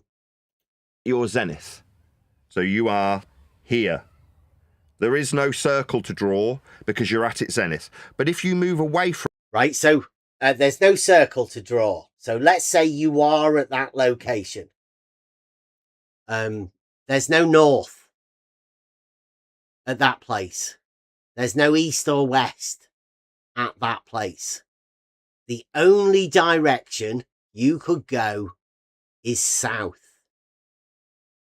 Now that takes a lot to be able to put your mind or yourself at a location that there's no north, there's no east, there's no west, there is only south. All of the other cardinal directions disappear. Yeah, he says that the compass, north is the only real position on the compass. So yeah. I don't quite know what he's going to do at that point. If now he's got to relate to south on the compass, because north doesn't exist anymore. Yes, fantastic. I mean, and I'm not too sure how many people have actually ever put their mind, at that location where there's no north, there's no east, there's no west. I can't even conceive of it myself, personally, because to me, the north, south, east, and west, they're all cardinal directions. They all have their own, like, no matter where you are, there is a north, a south, an east, and a west from your location. But not where Nathan is at the minute in his mind. There's only south here. From it, 60 nautical miles, you draw a very small circle because the star has now dropped towards the horizon by 1 degree. And as you back away from...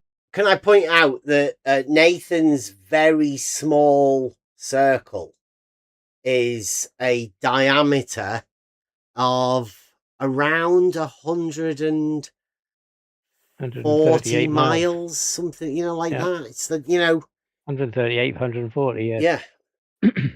A diameter circle of diameter 140 miles. Nathan has just described as a very small circle. Polaris, every 60 nautical miles, the degree that star will be measured with respect to a flat baseline utilizing the horizon will decrease 1 degree for every 60 nautical miles, meaning that the circles as you back away from Polaris get bigger and bigger and bigger until you get to that star's minimum. That's the equator. Now, right, so these circles that go all the way to the equator, they get bigger and bigger and bigger until you get to 0 degrees. Well, I'll leave everybody else to imagine what happens after that. When you travel... Go ahead. I just figured out, I'm sorry, it kind of struck me like lightning.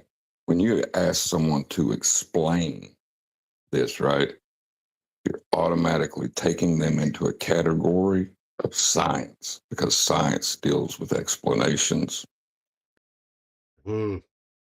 Now, here's another problem. I do have a video where Nathan told me that the proof of flat Earth isn't in science. But John, Nathan's friend, has decided to tell him it is science now because he's making an explanation. So anytime you make an explanation, you're dealing with science, according to John. I mean, that's a good claim for John. I mean, it didn't come to him a flash of lightning. The total radius or the total diameter that Nathan had just described from the GP of Polaris, 60 nautical mile increments between the GP of Polaris and the circle of the equal elevation equals the equator. Get the minimum angle to Polaris. That's 90 1-degree increments of 60 nautical miles, which 10th man has said clearly was 5,400 nautical miles, about 6,210 statute miles. That being a straight line, for Nathan a flat straight line, that would be a radius or a diameter if you've got both sides of the GP of Polaris. We have a diameter for the circumference and or a radius for circumference, but that didn't come as a flash of lightning to refracted at that point. I thought that's what he was going to say. Yeah. Hey, wow, that's just come to me. Your explanation, right? You've explained, you've laid flat, you've explained this measurement as a circle. Yeah. And don't forget, this is what's being said. When I made an argument, it was to address what's being said here, what I've heard over a long time, and this time is like it's all brought together in one monologue, if you like, one little statement and claim that Nathan's making, and it's been quite a while trying to pick up little bits and pieces you can get him to say or hear him say, and try and put the whole picture together. And it's a wonderful birthday present he's given to Bev here, to give this in one package and describe exactly what the flat Earth is for Nathan, and for the majority of flat earthers who follow this and blindly follow it, because I don't think they understand this. Obviously not. Yeah, they might have made an argument too.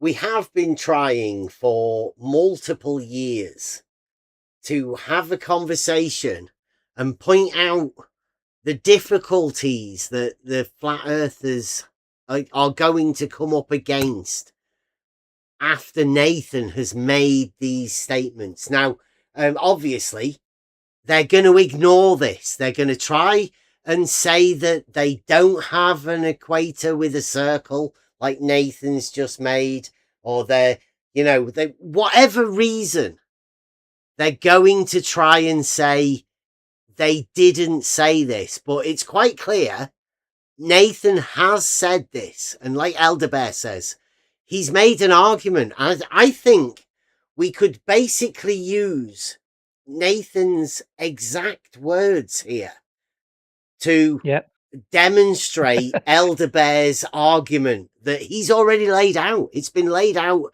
and wrote in argument form for months. Months now, yeah.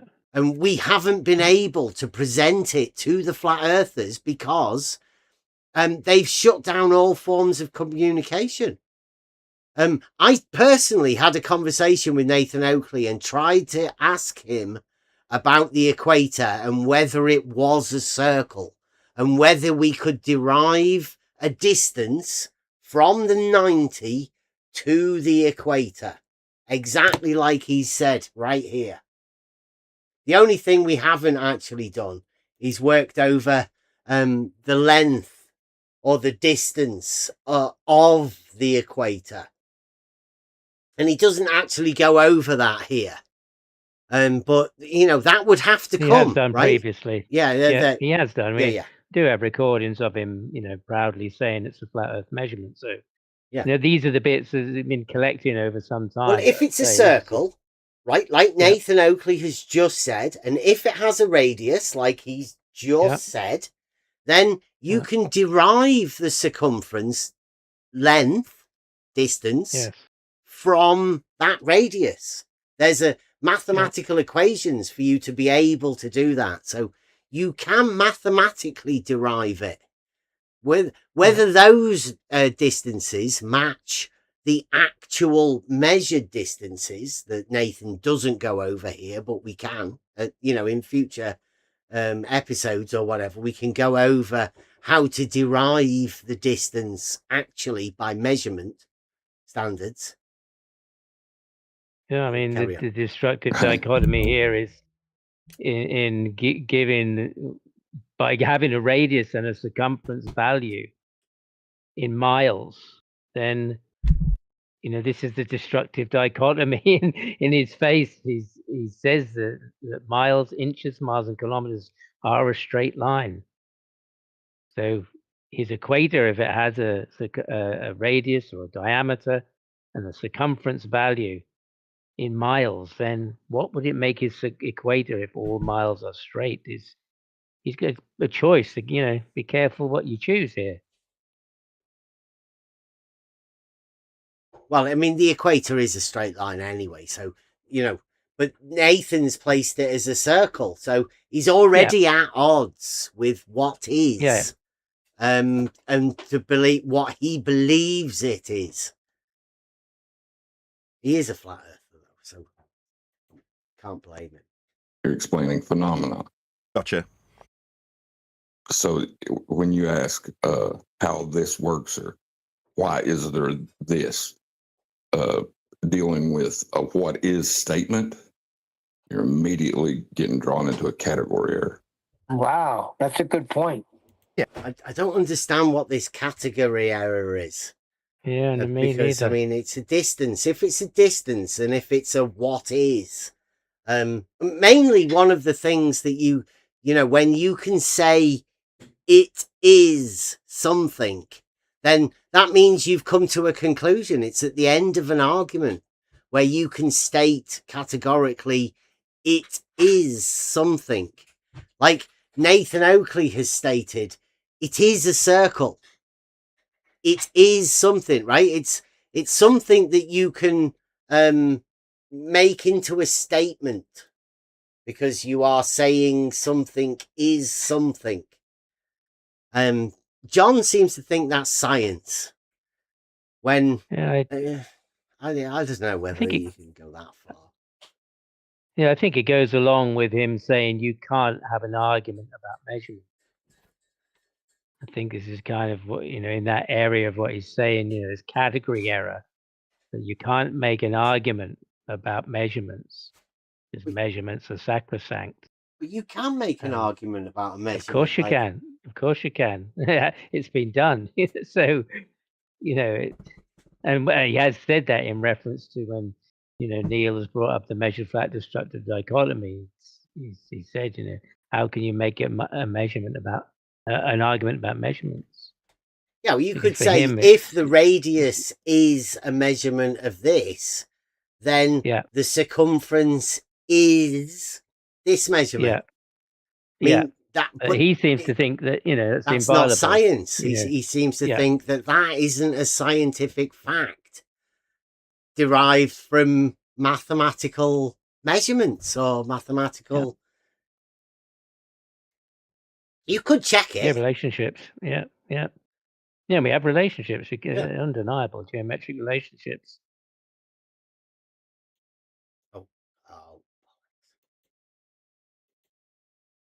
don't know where it was. I think it's 37. Sure. So when you ask how this works or why is there this dealing with a what is statement, you're immediately getting drawn into a category error. Wow, that's a good point. Yeah, so we're trained to ask a cause and effect style question in relation to a what cause and effect style question. That's almost like a fourth law of reason and consequent type statement, right? There's a link, there's a chain we're following of reasoning in what Nathan's saying here. Is definition. What is latitude? The angle measured with respect to a plane of Polaris, decreasing areas of equal elevation as you move towards this star's zenith. See, he says areas of equal elevation. Well, an area would determine an area. But really all we're doing is measuring an angle. And an angle isn't an area. It's just an angle to a light in the sky. And like I've done, you can tell the difference between a degree change of latitude. But that's just a distance. There's no area involved. It's just a distance between angles. That's all it is. Position. Not an area. Or increasing circles of equal altitude as you move away from it, and its angle with respect to the horizon decreases. That's the answer to the question, what is latitude? And he's made it a circle. Now, it's just an angle. For me, anybody else is, you can disagree. But I've measured these angles and their latitude. It's just an angle. I don't make a circle whenever I measure an angle to a light in the sky. I don't make it into a circle. Nathan does. And in terms of what John was saying, that when you got a what is statement, you're heading into a category error. Nathan hasn't said what the category error is as he's explaining it, has he yet? Well, he hasn't made that clear of what he's saying. He's trying to demonstrate he's saying that it is a circle, but it's just an angle. Yeah, I'm just trying to wonder why the category error comes in. Well, I think that's what John might be warning him that the category error is he's just measuring an angle, and Nathan's making it into a circle. So the category of angle doesn't go into the circle. It's, angle is an angle. A circle is a shape, right? There's no angle associated with a circle. An angle's a portion of a circle, if you want to say that sort of a thing. But it's not a circle. That's a category error. Mistaking an angle for a circle. But John might have meant something different. Incorporated into the same system, the maximum elevation angle, or minimum elevation angle, I should say, of Polaris, the equator. Now, if you can turn that into how do you have an equator on a flat Earth, it almost sounds like it's a phenomena that you need to explain. Right, so he's got limits here. He's got a maximum and a minimum angle to Polaris. Maximum 90, minimum 0. Nathan stated these, maximum to minimum. There's a range of angles that will be measured in between. Nathan makes them into circles, but really, they're just maximum to minimum angles. And in reality, it's just a flat Earth measurement of a light in the sky. And it's decreasing flat Earth, flat baseline.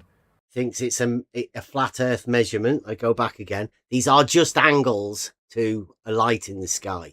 It can be measured from the top of a mountain, can be measured from an aeroplane, 30,000 feet up in the sky. It can be measured from the ground, right next to a wall or whatever. I mean, who knows? You're just measuring angles. It's a phenomena that you need to explain. And in reality, it's just a flat Earth measurement of a light in the sky. And it now, is measuring an angle to a light in the sky a flat Earth measurement? Or is it just an angle that you measure to a light in the sky? Because this is another one of the problems flat earthers like Nathan Oakley seem to have, that this angle measurement is somehow taken ownership of flat Earth, right? Or flat earthers have taken ownership of these angles that they've never measured. Nathan has never once measured an angle to Polaris. Now, please, Nathan, please prove me wrong and measure an angle to Polaris. At least then we will know that you have actually measured the angle. And you can't have me being correct, can you? No, Bev. But is Bev right, Nathan, by saying that you've never measured an angle to Polaris? It's decreasing flat Earth, flat baseline, part of the angle that you're measuring along the surface with respect to the horizon. Angle, that's a number with a degree symbol after it, for this system. Now, if you take what I've just explained, so you, Polaris here at the center point, with you measuring its minimum on the biggest circle, you can understand that as you move... The biggest circle. So there's none bigger than this equator circle. What happens with the south? Are you just dealing with the north? Yeah. Go, you southern people. Sorry, Australians. Yeah. Nathan Oakley's only got the biggest circle being the equator, unfortunately. I'll go back again just so we can, I don't want to be, telling you fibs, and maybe I got it wrong. Maybe that's not what he was saying. Let's try again. What I've just explained. So you, Polaris here at the center point, with you measuring its minimum on the biggest circle, you can understand that as you move... Its minimum on the biggest circle. So its minimum was 0. And we did hear him say that. And that's the equator. The circle of the minimum angle. the no angle circle. Where you don't measure an angle. That circle is the biggest circle. Sorry, Southerners, but your subject matter expert, Nathan Oakley. North. That's a flat Earth only direction, horizontal in orientation. North is a flat Earth only. Let me get that again. Or maybe I paused it wrong and we're missing a bit of context. I'll let it play. I've just give it 20 seconds, so we'll play this out. Let's see what he's saying. System. Now, if you take what I've just explained, so you, Polaris here at the center point, with you measuring its minimum on the biggest circle, you can understand that as you move north, that's a flat Earth only direction, horizontal in orientation, with a degree at 0 when you point a compass. You can move north, that's horizontally, decreasing the size of these circles as the star raises in altitude, yeah? Well, then you can understand that once you've got that system with these ever decreasing circles, that was the name of a comedy here in the UK back in the 70s. Ever decreasing circles. Anyway. Yeah, this is a comedy. So he's saying that the biggest circle, and there are distances between the latitudes in order to take you to a center point of this biggest circle. Didn't you make an argument about that, Elder Bear? I think I did. You do. Now, do you think his biggest circle, how big is his biggest circle, do you reckon? Do you reckon that's what your argument was about, isn't it? The size of that biggest circle. Well, yeah, I mean, he had said that biggest circle there that he's talking about there it's a flat Earth measurement. It's the same as the globe. It's 24,900 Oh, don't say that. Like, you're preempting it. Well, it's up to Nathan to tell us how big his biggest circle is, surely. He's the subject matter expert. You don't want to be putting a biggest circle dimension upon his. It's not it's a category error. Yeah. I mean, he's at a 0 there. Yeah. On the biggest circle, and beyond that point, this is the north only. He only knows about the north. Beyond that point where his finger is pointing now, he hasn't got a clue. That's the biggest circle, right? He can't imagine a bigger circle than the biggest circle. I mean, and that's... and he's at 0, and he knows that going away from there, the number gets bigger again. It would be the mirror of what he's describing now. From 0 to 90 on the other side. Yeah, I mean, that's the problems we've been trying to tell them about, these consequences of the circles. You can't go beyond the 60th south without somebody pulling a gun on you. That's been said. So those numbers do increase. So that's another set of circles with a different center point. So yes, this would be the biggest circle, because these circles logically are going to get smaller when he moves his finger away from his hand into the south, into the unknown. It can only be logical, given that he's gone from 0, a big circle, to 90, a small circle. And beyond the point where he's pointing his finger, it goes from 0 to 90 again. Logically, we'll be going from a big circle to a small circle to another point somewhere. That's the picture that's being painted for me, and what drove me to ask questions, and from Nathan. And he just doesn't want to answer these questions. But I'm not making this up. I'm not trying to create problems. I'm just looking at what somebody says. It could be anybody. And what Nathan is saying here, look at it yourselves. What does it say to you? What picture does it give you? What does it leave in your mind as an image of what's going on here? Because if you look at it and then you ask some questions, well, how come? What if? What about that number? The questions that arise in your mind, that's all I've done. It's all Bev's done. And made an argument about it in order to have an argument that somebody can address and had some clarity to the position. So that's what's going on. He looks happy though, but I mean, look at that. He looks very how happy. He is there with his biggest circle. The system can then be concertinaed down to form what I call the glorified protractor you know as the globe. I don't know a glorified protractor as the globe. I don't know that. I don't even know where he gets his protractor from. I think somebody's given the protractor. Because as he's just said, you're traveling on a north flat earth only, ever decreasing circles. Where's the protractor? What's he doing? Well, I don't know a protractor. That's his protractor. He has people handing him drawings and models of stuff. I don't know of the globe protractor. It makes no sense. Now, you're not standing inside a globe for that convention of zenith being the pole from the equatorial plane inside a globe with the same exact degrees matching with the measurement that you have on your protractor sextant as you measure the angles with respect to the Polaris.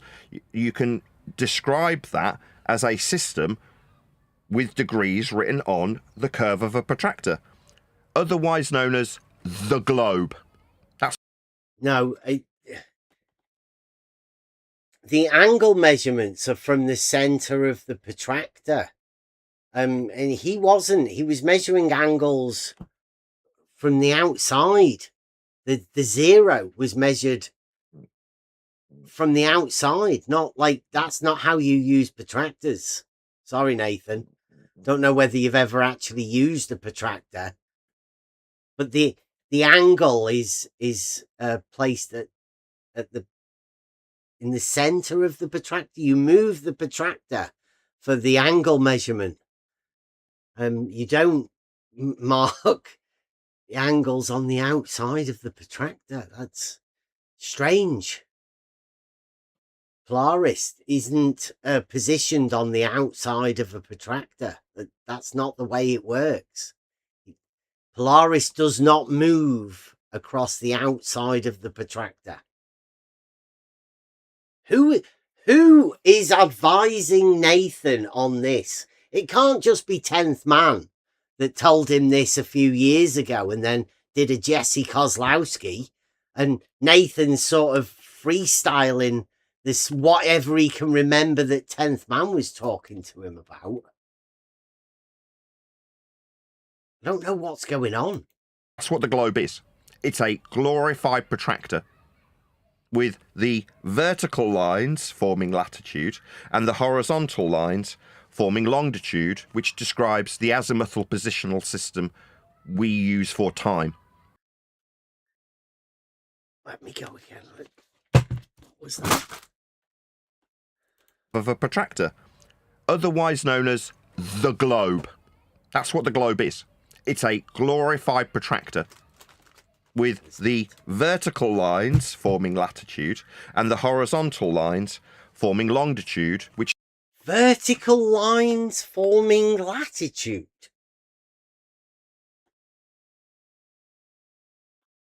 Really? Because vertical and horizontal are perpendicular, right? And as we know, latitude and longitude are perpendicular. But latitude and longitude are on the horizontal, aren't they? On the azimuth. Yeah, isn't that what he was saying earlier? It's a glorified protractor with the vertical lines forming latitude and the vertical lines forming latitude. He said they were. What's he talking about? They're on the azimuthal, right? Which is on the horizontal. So where are the vertical lines on the azimuth? Where? It's only one could describe one vertical, and that was the zenith at 90 degrees. Yeah. So far. And now that's his not hand latitude, is at an angle. Vertical. No. And his hand is at an angle there. Yeah. Describing verticals. Let's go again. Maybe it was a misspeak. Maybe he might have meant something else. Oh, I can't imagine what. The globe. That's what the globe is. It's a glorified protractor with the vertical lines forming latitude and the horizontal lines forming longitude, which describes the azimuth. As he says horizontal, he's got his hand in a vertical position. And his vertical is like an arc. Yeah, I'm just trying to think, because he's, in his mind, he's looking at a ball. I think, well, he's looking at a protractor, isn't he? But like, how do you have vertical? Watch his hands, right? As he's saying this. Glorified protractor with the vertical lines forming latitude and the horizontal lines forming longitude, which... Yeah, I mean, that doesn't even make any sense. I don't know. He'd need to be able to explain that. He must have made a I can't get a misspeak clear or whatever. picture. No. Describes the azimuthal positional system we use for time. And that's what it's used for in this system. Time? Like, where did time come into it? Let me go again. The globe. That's what the globe is. It's a glorified protractor with the vertical lines forming latitude and the horizontal lines forming longitude, which describes the azimuthal positional system we use for time. Which one? Position we use for time?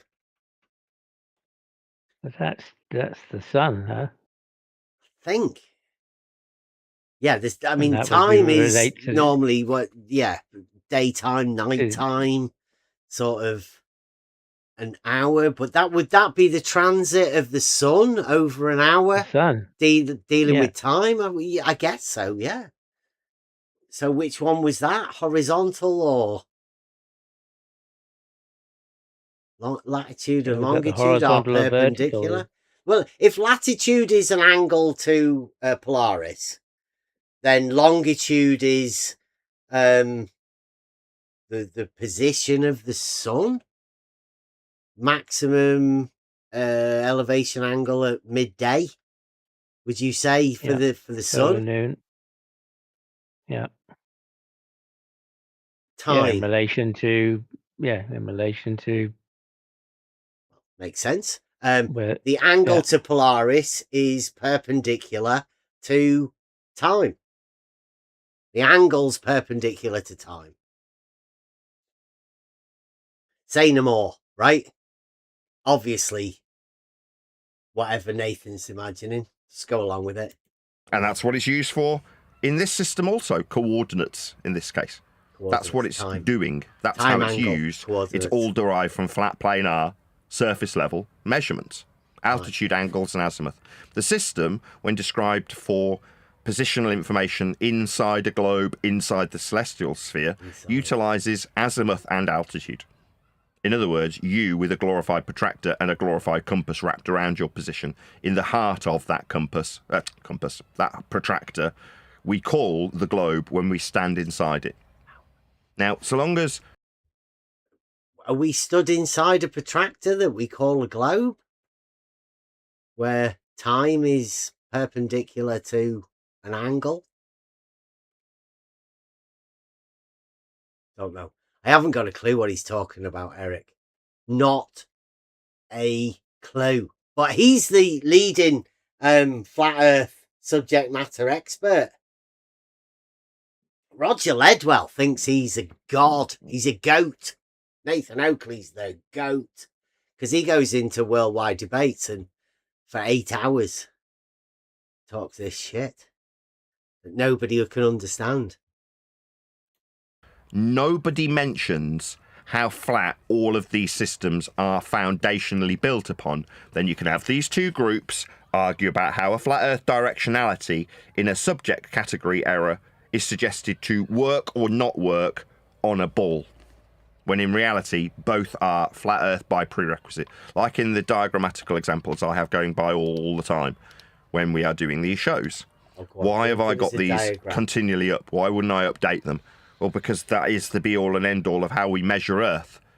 Notice there are things like vernal equinox and North Pole noted on this diagrammatical example, with you inside a ball. You're not. Yeah, you're not inside a ball. No, you're right there, Nathan. You're not directly in the middle of a ball. You know, we always used to say, you're always on top of the globe, right? The top of the ball geometry is identical to Euclidean geometry locally, right? That's a reality thing. Well, could we also add in that the flat earthers are always in the center of their protractor, their glorified protractor? Whenever they're doing any measurements, they're always right in the middle, like Nathan's diagrams show. Inside a ball. The globe Earth is nothing more than a glorified protractor. That's all it is. Nobody highlights it. Nobody mentions it. Everybody uses it by prerequisite, right, and then immediately whistles past it to ask how these flat Earth prerequisites and measurements work on a freaking globe or work on a freaking flat Earth. They only work on a flat Earth. They are flat Earth, and I say this almost 20 times a show, by prerequisite. They are functionally horizontal. Functionally horizontal. Even the vertical ones that he did earlier? Or, you know, just in the center of the thing? Because, I mean, he was at the extremity of his circle, his largest circle, measuring a no angle, wasn't he? So that guy was like in fear of falling off the edge of his largest circle as he's measuring his zero angle. You never see any of these guys over here at the edge, teetering on the edge, measuring an angle of nothing, measuring no angle on the outside of his protractor. And whether would you have to stand on the outside of the largest circle in order to measure a no angle? So whenever anybody asks us, how's this work on a flat Earth, we can immediately say you're in a category error, can we not? Yeah, because you're asking a what is question rather than a cause and effect question. How does this work? What do you mean, how does this work? It's not doing any work. You're just measuring. Oh. Well, say, how does celestial navigation work? And then the descriptions in prerequisite of measurements kick in because you describe how you utilize the flat Earth measurements. Like the discussion that we just witnessed, utilized azimuthal directionality. But nobody's asking, how does azimuthal directionality work on a globe? Like we've said many times, they're called cardinal directions. How do they work? Well, north, south, east, and west, they're perpendicular to one another. Like, nobody asks how they work. Probably because they don't need to ask how it works. You'd be fucking ridiculous to ask, how do directions work? Only a flat earther would ever think of asking that. How do directions work on a globe? Well, basically the same that they do in reality, right? They're cardinal directions. I can't imagine somewhere where you can get rid of east and west. They're cardinal directions. How do you get rid of them? Would you describe the relationship between a radius and a circumference, a cause and effect thing? Absolutely. Yeah. So where's the category error in that? I wouldn't know. That's what he's saying, and that's what Neil is. He's dealing with angles, right? Not the distances between them, right? The angles are just a location you are when you measure the angle. The distance on the ground is the distance between those locations where you measure the angles. The distance is completely being bypassed, I think, by Nathan here. He's What was he centering saying on there? the What? angles, but you know, he's not applying a I mean, distance between the angle measurements. He should come and what was 69 he? the globe with us. Yeah. What was he saying there was the category error? I'll go back. I don't think it is. I think he just uses the words, to be honest. Yeah. Utilized azimuthal directionality. But nobody's asking, how does azimuthal directionality work on a globe? Nobody's asking that. Well, it doesn't. Right. Again, a what is question that's horizontal in orientation is a category error. If you start asking how that works on a globe, well, it doesn't work on a globe. It's horizontal. So, yeah, the directional thing is a category error. I think it's just because, you know, if anybody starts asking them these questions that obviously are going to be difficult for them to answer, then Nathan's setting them up that they can just reply with, you know, category error, you know, fallacious question. Can't ask me that. That's a category error. What does that mean? Well, you stupid. You don't know what that means. Yeah, well, it's a category error, so I don't need to answer it. Whereas it's just nonsense. Nonsense.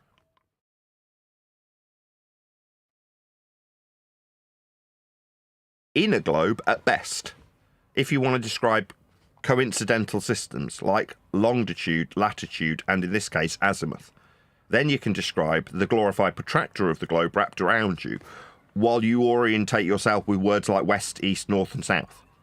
Those are flat, they're planar, they're horizontal directionalities.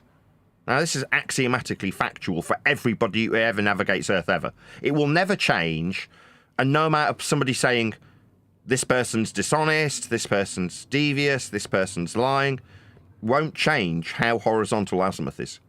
It's a degree in the horizontal for directions. Everything described in that last discussion that we just witnessed were flat Earth measurement based. The discussion relied upon that fact. Axiomatically, they're utilising it flat. So, like I keep saying, and I will just keep highlighting it with examples, where people argue about whether or not Earth's a ball, ignoring the flat Earth prerequisites they're all reliant upon to have the discussion in the first place. He said people argue about whether it's a ball. Does Nathan have an argument? Have you ever heard of an argument? I mean, I've heard him say there is no debate. There is no argument. But how do you end up arguing about whether it's a ball or not without any arguments? Or does he mean he doesn't have any arguments? I think he must mean that, because like you've made an argument. I've made plenty of arguments and presented them to him. The only people that have no arguments is Nathan Oakley and the Flat Earthers, as far as I can see. Yeah, I mean, he's saying that these are horizontal measurements and distances, and again, the argument addresses what he's saying. Okay, given that that's what you're saying, then we have some values that were given to that, and there are implications of that from those things. It's not to agree that that is so, but it's saying, given that you are saying that, let's explore that a little bit deeper. Let's look at the numbers now and see how that actually works out. And that's how the argument was formed, because it's not to agree. And when he said, so you agree that that's a flat Earth measurement, I said, I agree that that's what you are claiming. That's all I've ever said to him. I agree that's what you're claiming, but only if you're on a live and you say, I agree, then he stops that. He'll cut the YouTube and mute you and say, so you agree. He won't let, so then you think, well, next time I'll say it, I'll have to start with something else. So if you say yes, for instance, he'll say, yes, you're agreeing with me. If you, in that moment, you're thinking, what's the best thing to say now? You go, stuttering bitch. That's his response. He plays these games with you, so you're not allowed to ask these questions. Yes, I agree that that's your claim. And given that, I've made an argument that addresses what you're claiming and what you're saying, to further kind of give some clarity to what you're saying, to see if it's possible, and to say to you, well, if it's not possible, then what's happening now? How are we going to explain this, given But that may not be possible. We'll have to get to. Nobody wants to hear the argument, so we never get to that point of saying, right, now what? So,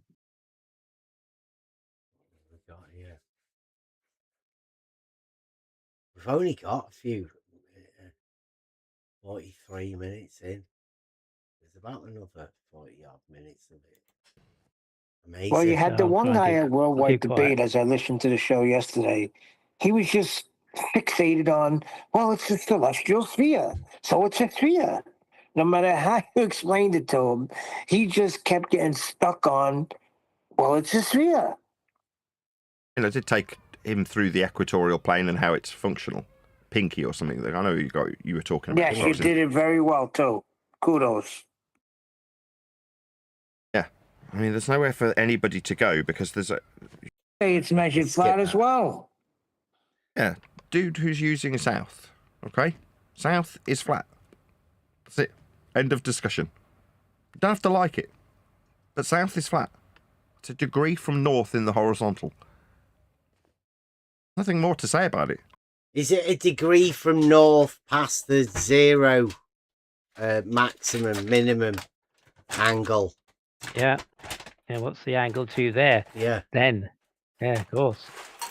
Another question nobody wants to go near. Definitely. I mean, there are some people who are exploring that, and they are, and there are questions to be asked of them too. Because since TFE, they've had to take a different path to try and explain these counter-rotating sun circles. So Nathan doesn't want to go there. Some people do. I think he's protractor when he says the globe is a glorified protractor. I think that's just the north. Yes. Protractor, isn't it? It's only the north that he's dealing with. He doesn't actually include the south in his glorified globe protractor. Yeah, and to me, logically, if he's saying it's flat beyond the equator, then that portion must also have a protractor above it. Yeah. So they're side by side, Yeah, but logical which thinking side? to me. Yeah, which side? Not that side or the other side. I mean, like, what's he doing? And we also know that he's got antipodal planes as well, right? At the same time, which But like Well, this thing you sent me says the equator acts as the foundational starting point from which all global latitude is measured. Well, again, a contradiction in terms. Global latitude, they're degrees, measured from horizontal. They're with respect to the equatorial plane, and anything that represents a hemisphere will be the protractor that I described the globe as. See, again, hemisphere, protractor. Protractor. He's only got north. Well, we did. Yeah, there was a little glimpse of a picture. I think he'll bring it on again. I think that's he what comes he's up. saying. Yeah. Right. Yeah. So here we go. Now again, here's a diagrammatical example of you measuring altitude angles to a line. A diagrammatic. There you go. Let me just is move the north. it down. Yeah. Let me move it down so people can see. There's his diagrammatical thing. Now, this particular diagram, we know about this. There's a character called the Viking.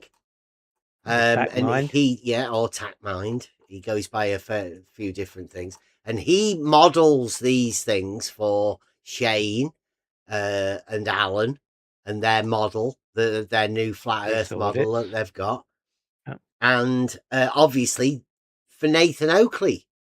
So Viking or Tackmind has modeled this for Nathan, and Nathan is now using this model as a diagrammatic example of his north. It's the north. It's the flat Earth north. Yeah, the north.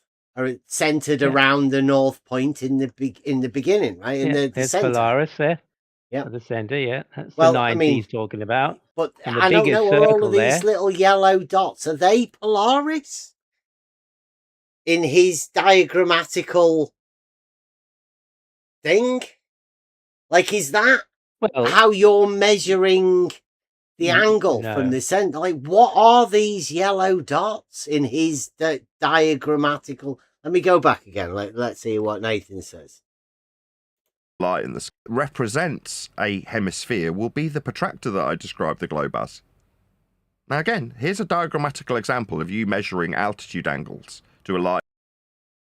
Yeah, it's a diagrammatical model of you measuring angles to a light in the sky. Well, that's got to be the light in the sky, surely. But that's moving around you, isn't it? Yeah, that's it. Yeah, you're always at the zenith, aren't you? Your position is always at the zenith up there. And those angles are measured from you standing at the zenith, looking around you.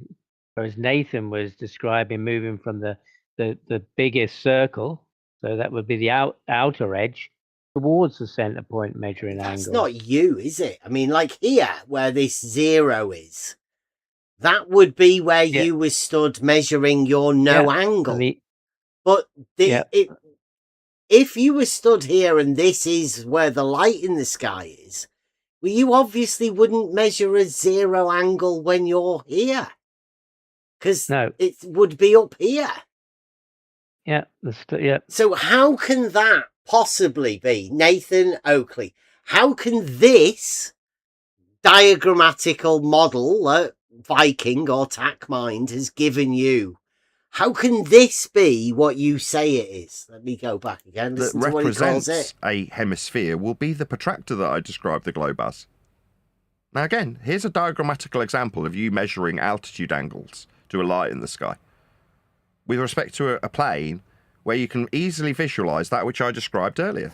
You know, you moving towards or away from Polaris as its angle with respect to the horizon decreases with respect to a plane. Here it is on screen. Now, if you want to say, how does that, like, maybe I'm missing something. How does that explain you measuring an angle to a light in the sky? Because I've done this. When I measured the angle, 53 degrees, right, I was stood in a location. And Polaris didn't move. I did. I drove a distance, 69.11 miles, to stand in a different location to measure the 54-degree angle. I moved. Not the light in the sky, not these little yellow dots. Maybe, Nathan, or TACMind, Viking, you should get yourself together to explain what the fuck this is. Doesn't even make any sense. It's not even got this little yellow dot here in the middle. Doesn't even have a yellow dot at zenith if you're stood in the middle of the glorified protractor that Nathan wants to call a globe, the center of. I don't know. I don't know what's going on. Doesn't make any sense. But I mean, flat earthers, is it meant to? There's only flat earthers could explain it, but I can't see how he'd ever manage to explain this. Doesn't make any sense, whatever. No, that means that this bit is the bit we stand on, with a very nasally adenoidal voice. You can do that. It will not change what north, south, or altitude angles are. You don't have to like it. Your world's a glorified protractor. Well, you might like this because the additional meaning, beyond Earth's geography, the word is also used in astronomy. The celestial equator is an imaginary great circle projected onto the sky directly above the Earth's terrestrial equator. And These are concepts derived in mathematics after measuring flat skies and flat planes. This description on screen, although it's represented as though it's a protractor, a glorified protractor. So we've already covered this not being the surface, right? You're not standing on this if you put degrees on it to match. Like, where are you standing to measure the angles? He's using that as his model to describe it, and then says, "This is not it." So how are you meant to understand it? All you of can't, you can't be out here at the outside, because then you'd be measuring angles downwards, because this isn't this where the lights are? Isn't that what these little lines are? Aren't these the angle lines? Up to the lights, yes. Yeah. But that's the lights moving, not you moving, right? So it doesn't make any sense, and I can only presume because Nathan's never measured an angle. He doesn't see it. Yeah. Match up with the angles that you measure to lights as you recede towards the horizon or approach the horizon, with the light decreasing or increasing with respect to it. Right? Most people can understand at a fundamental level how that functions. Yeah. Well, no, I can't. I can't do that, because you measure zero angle at the equator. Well, obviously you can't measure zero angle to that light in the sky at zero, because it's in the sky. Nathan Oakley should have a word with Sean Hawkins, because Sean Hawkins does have a Polaris challenge, and it would be great if we could get Nathan to participate in Sean's Polaris challenge. I think Sean Hawkins was allowed over there in the Discord server for a short while. I don't know whether he still is allowed or whether he ended up getting kicked. But I think he's been banned. Sean definitely is the man to take on Nathan Oakley and, explain this Polaris challenge. I think Nathan Oakley should take Sean Hawkins' Polaris challenge. Just so I can understand what Nathan's talking about. Maybe if Nathan and Viking or TACMind or whatever, name he wants to go by, maybe those two could team up and, go up against Sean Hawkins. I think that would be fair, wouldn't it? Nathan and Viking, TACMind. Viking, yeah. I'm sure Sean would take that on. Yeah, I think Viking goes by the author as well. Perhaps he'll do mime, because he never speaks to anyone. Well, he could do it in text, right? He could support Nathan in text. Diagrams and text, yeah. I'm sure Sean would not feel intimidated by two of them, But Polaris challenge, Nathan. You please take it on, Sean Hawkins. The description of the north and the south isn't ever going to alter. Where's the south? Nathan, where's the south in this diagrammatical representation of a glorified protractor? Where's the south in this picture? Where is it? The view that you retain when you create a model with those measurements. They will be south and north, and the angles will always be with respect to a plane regardless.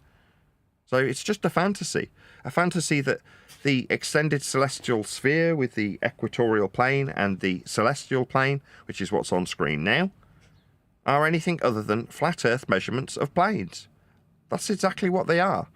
Now, there's a reason this line bifurcates this globe, and there's a reason there's lines diagrammatically exampled with you that can only be described as being functionally at the center point inside a ball.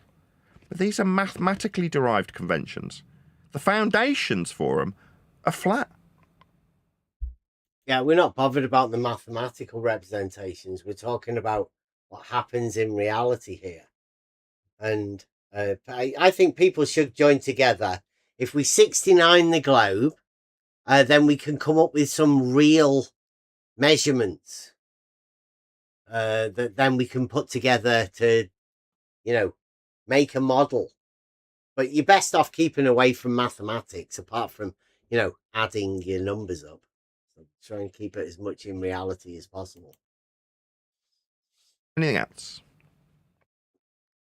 Well, they do talk about the, how it goes through the oceans as well, Atlantic, Pacific, and Indian Oceans.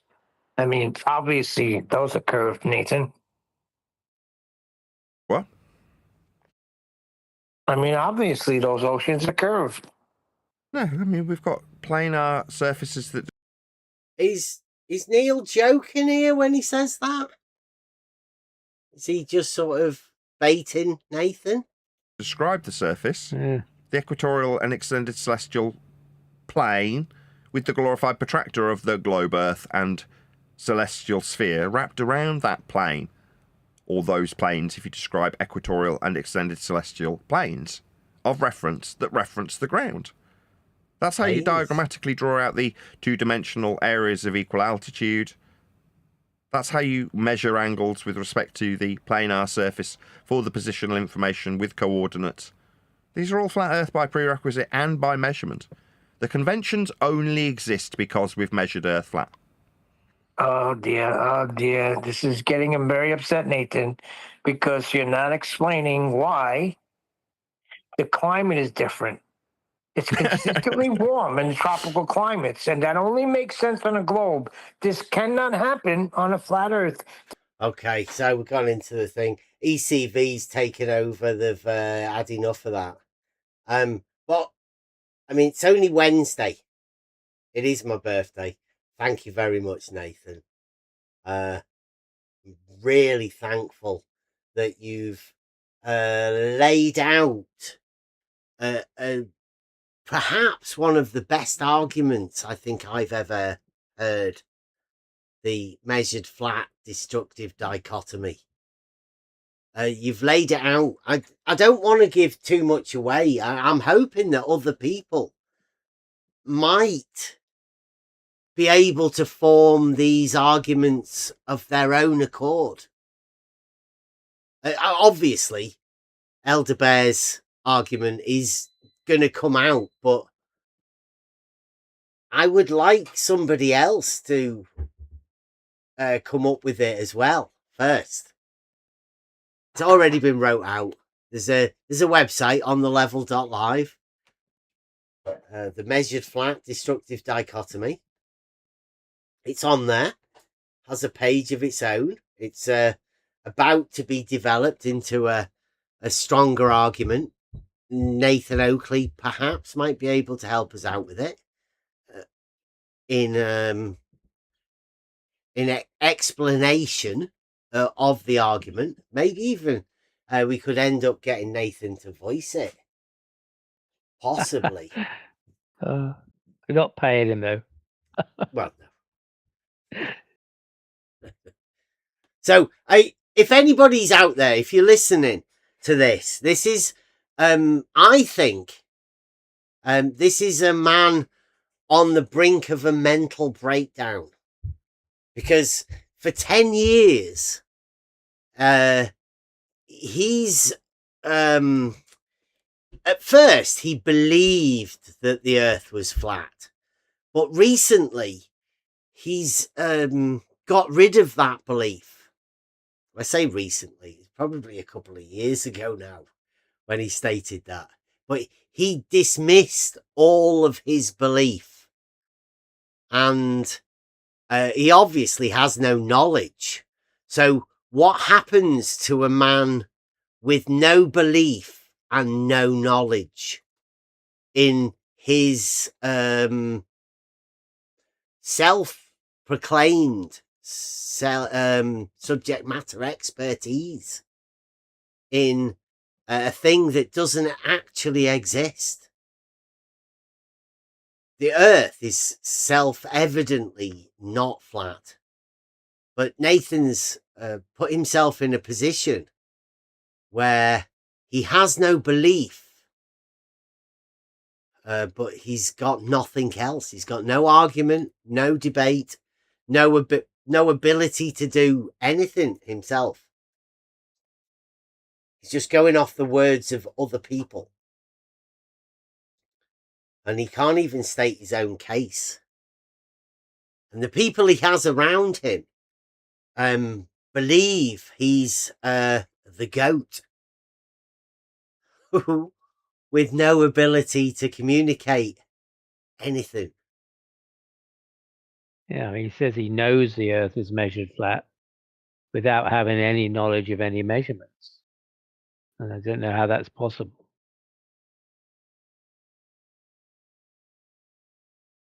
He can only have a belief.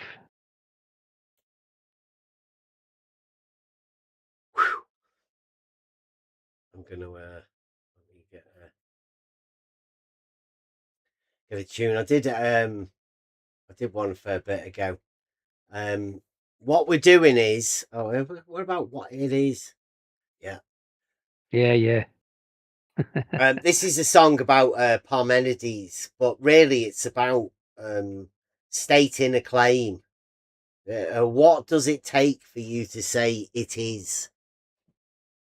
This is one of the classic statements. It is, and it is impossible for it not to be. We might be back tomorrow. It depends what's going on.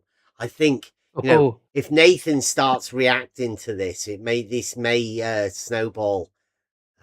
So hopefully, we can come back, but it might be Friday. Thanks for watching. Remember, if anybody does want to come and get involved in any of this sort of stuff, on the Level Discord, the link's underneath the video, hopefully, or you know, popping up or wherever. Come and have a chat. The conversation obviously is going to continue. Most of the best conversations, we don't want to give away too much, but in the Discord we're open and we'll go over all of these things. We have proofs of globe. We have an ongoing program to explain all of this sort of stuff. Hopefully, not everybody can understand it, not everybody can get it, but if you come into Discord, we can at least try. We can attempt to. Nobody's going to be argumentative in that way. We just present arguments and then dialectic, discuss them. So if you do want to come in on the Level Discord, please come, and we'll see you again soon. Thanks for watching.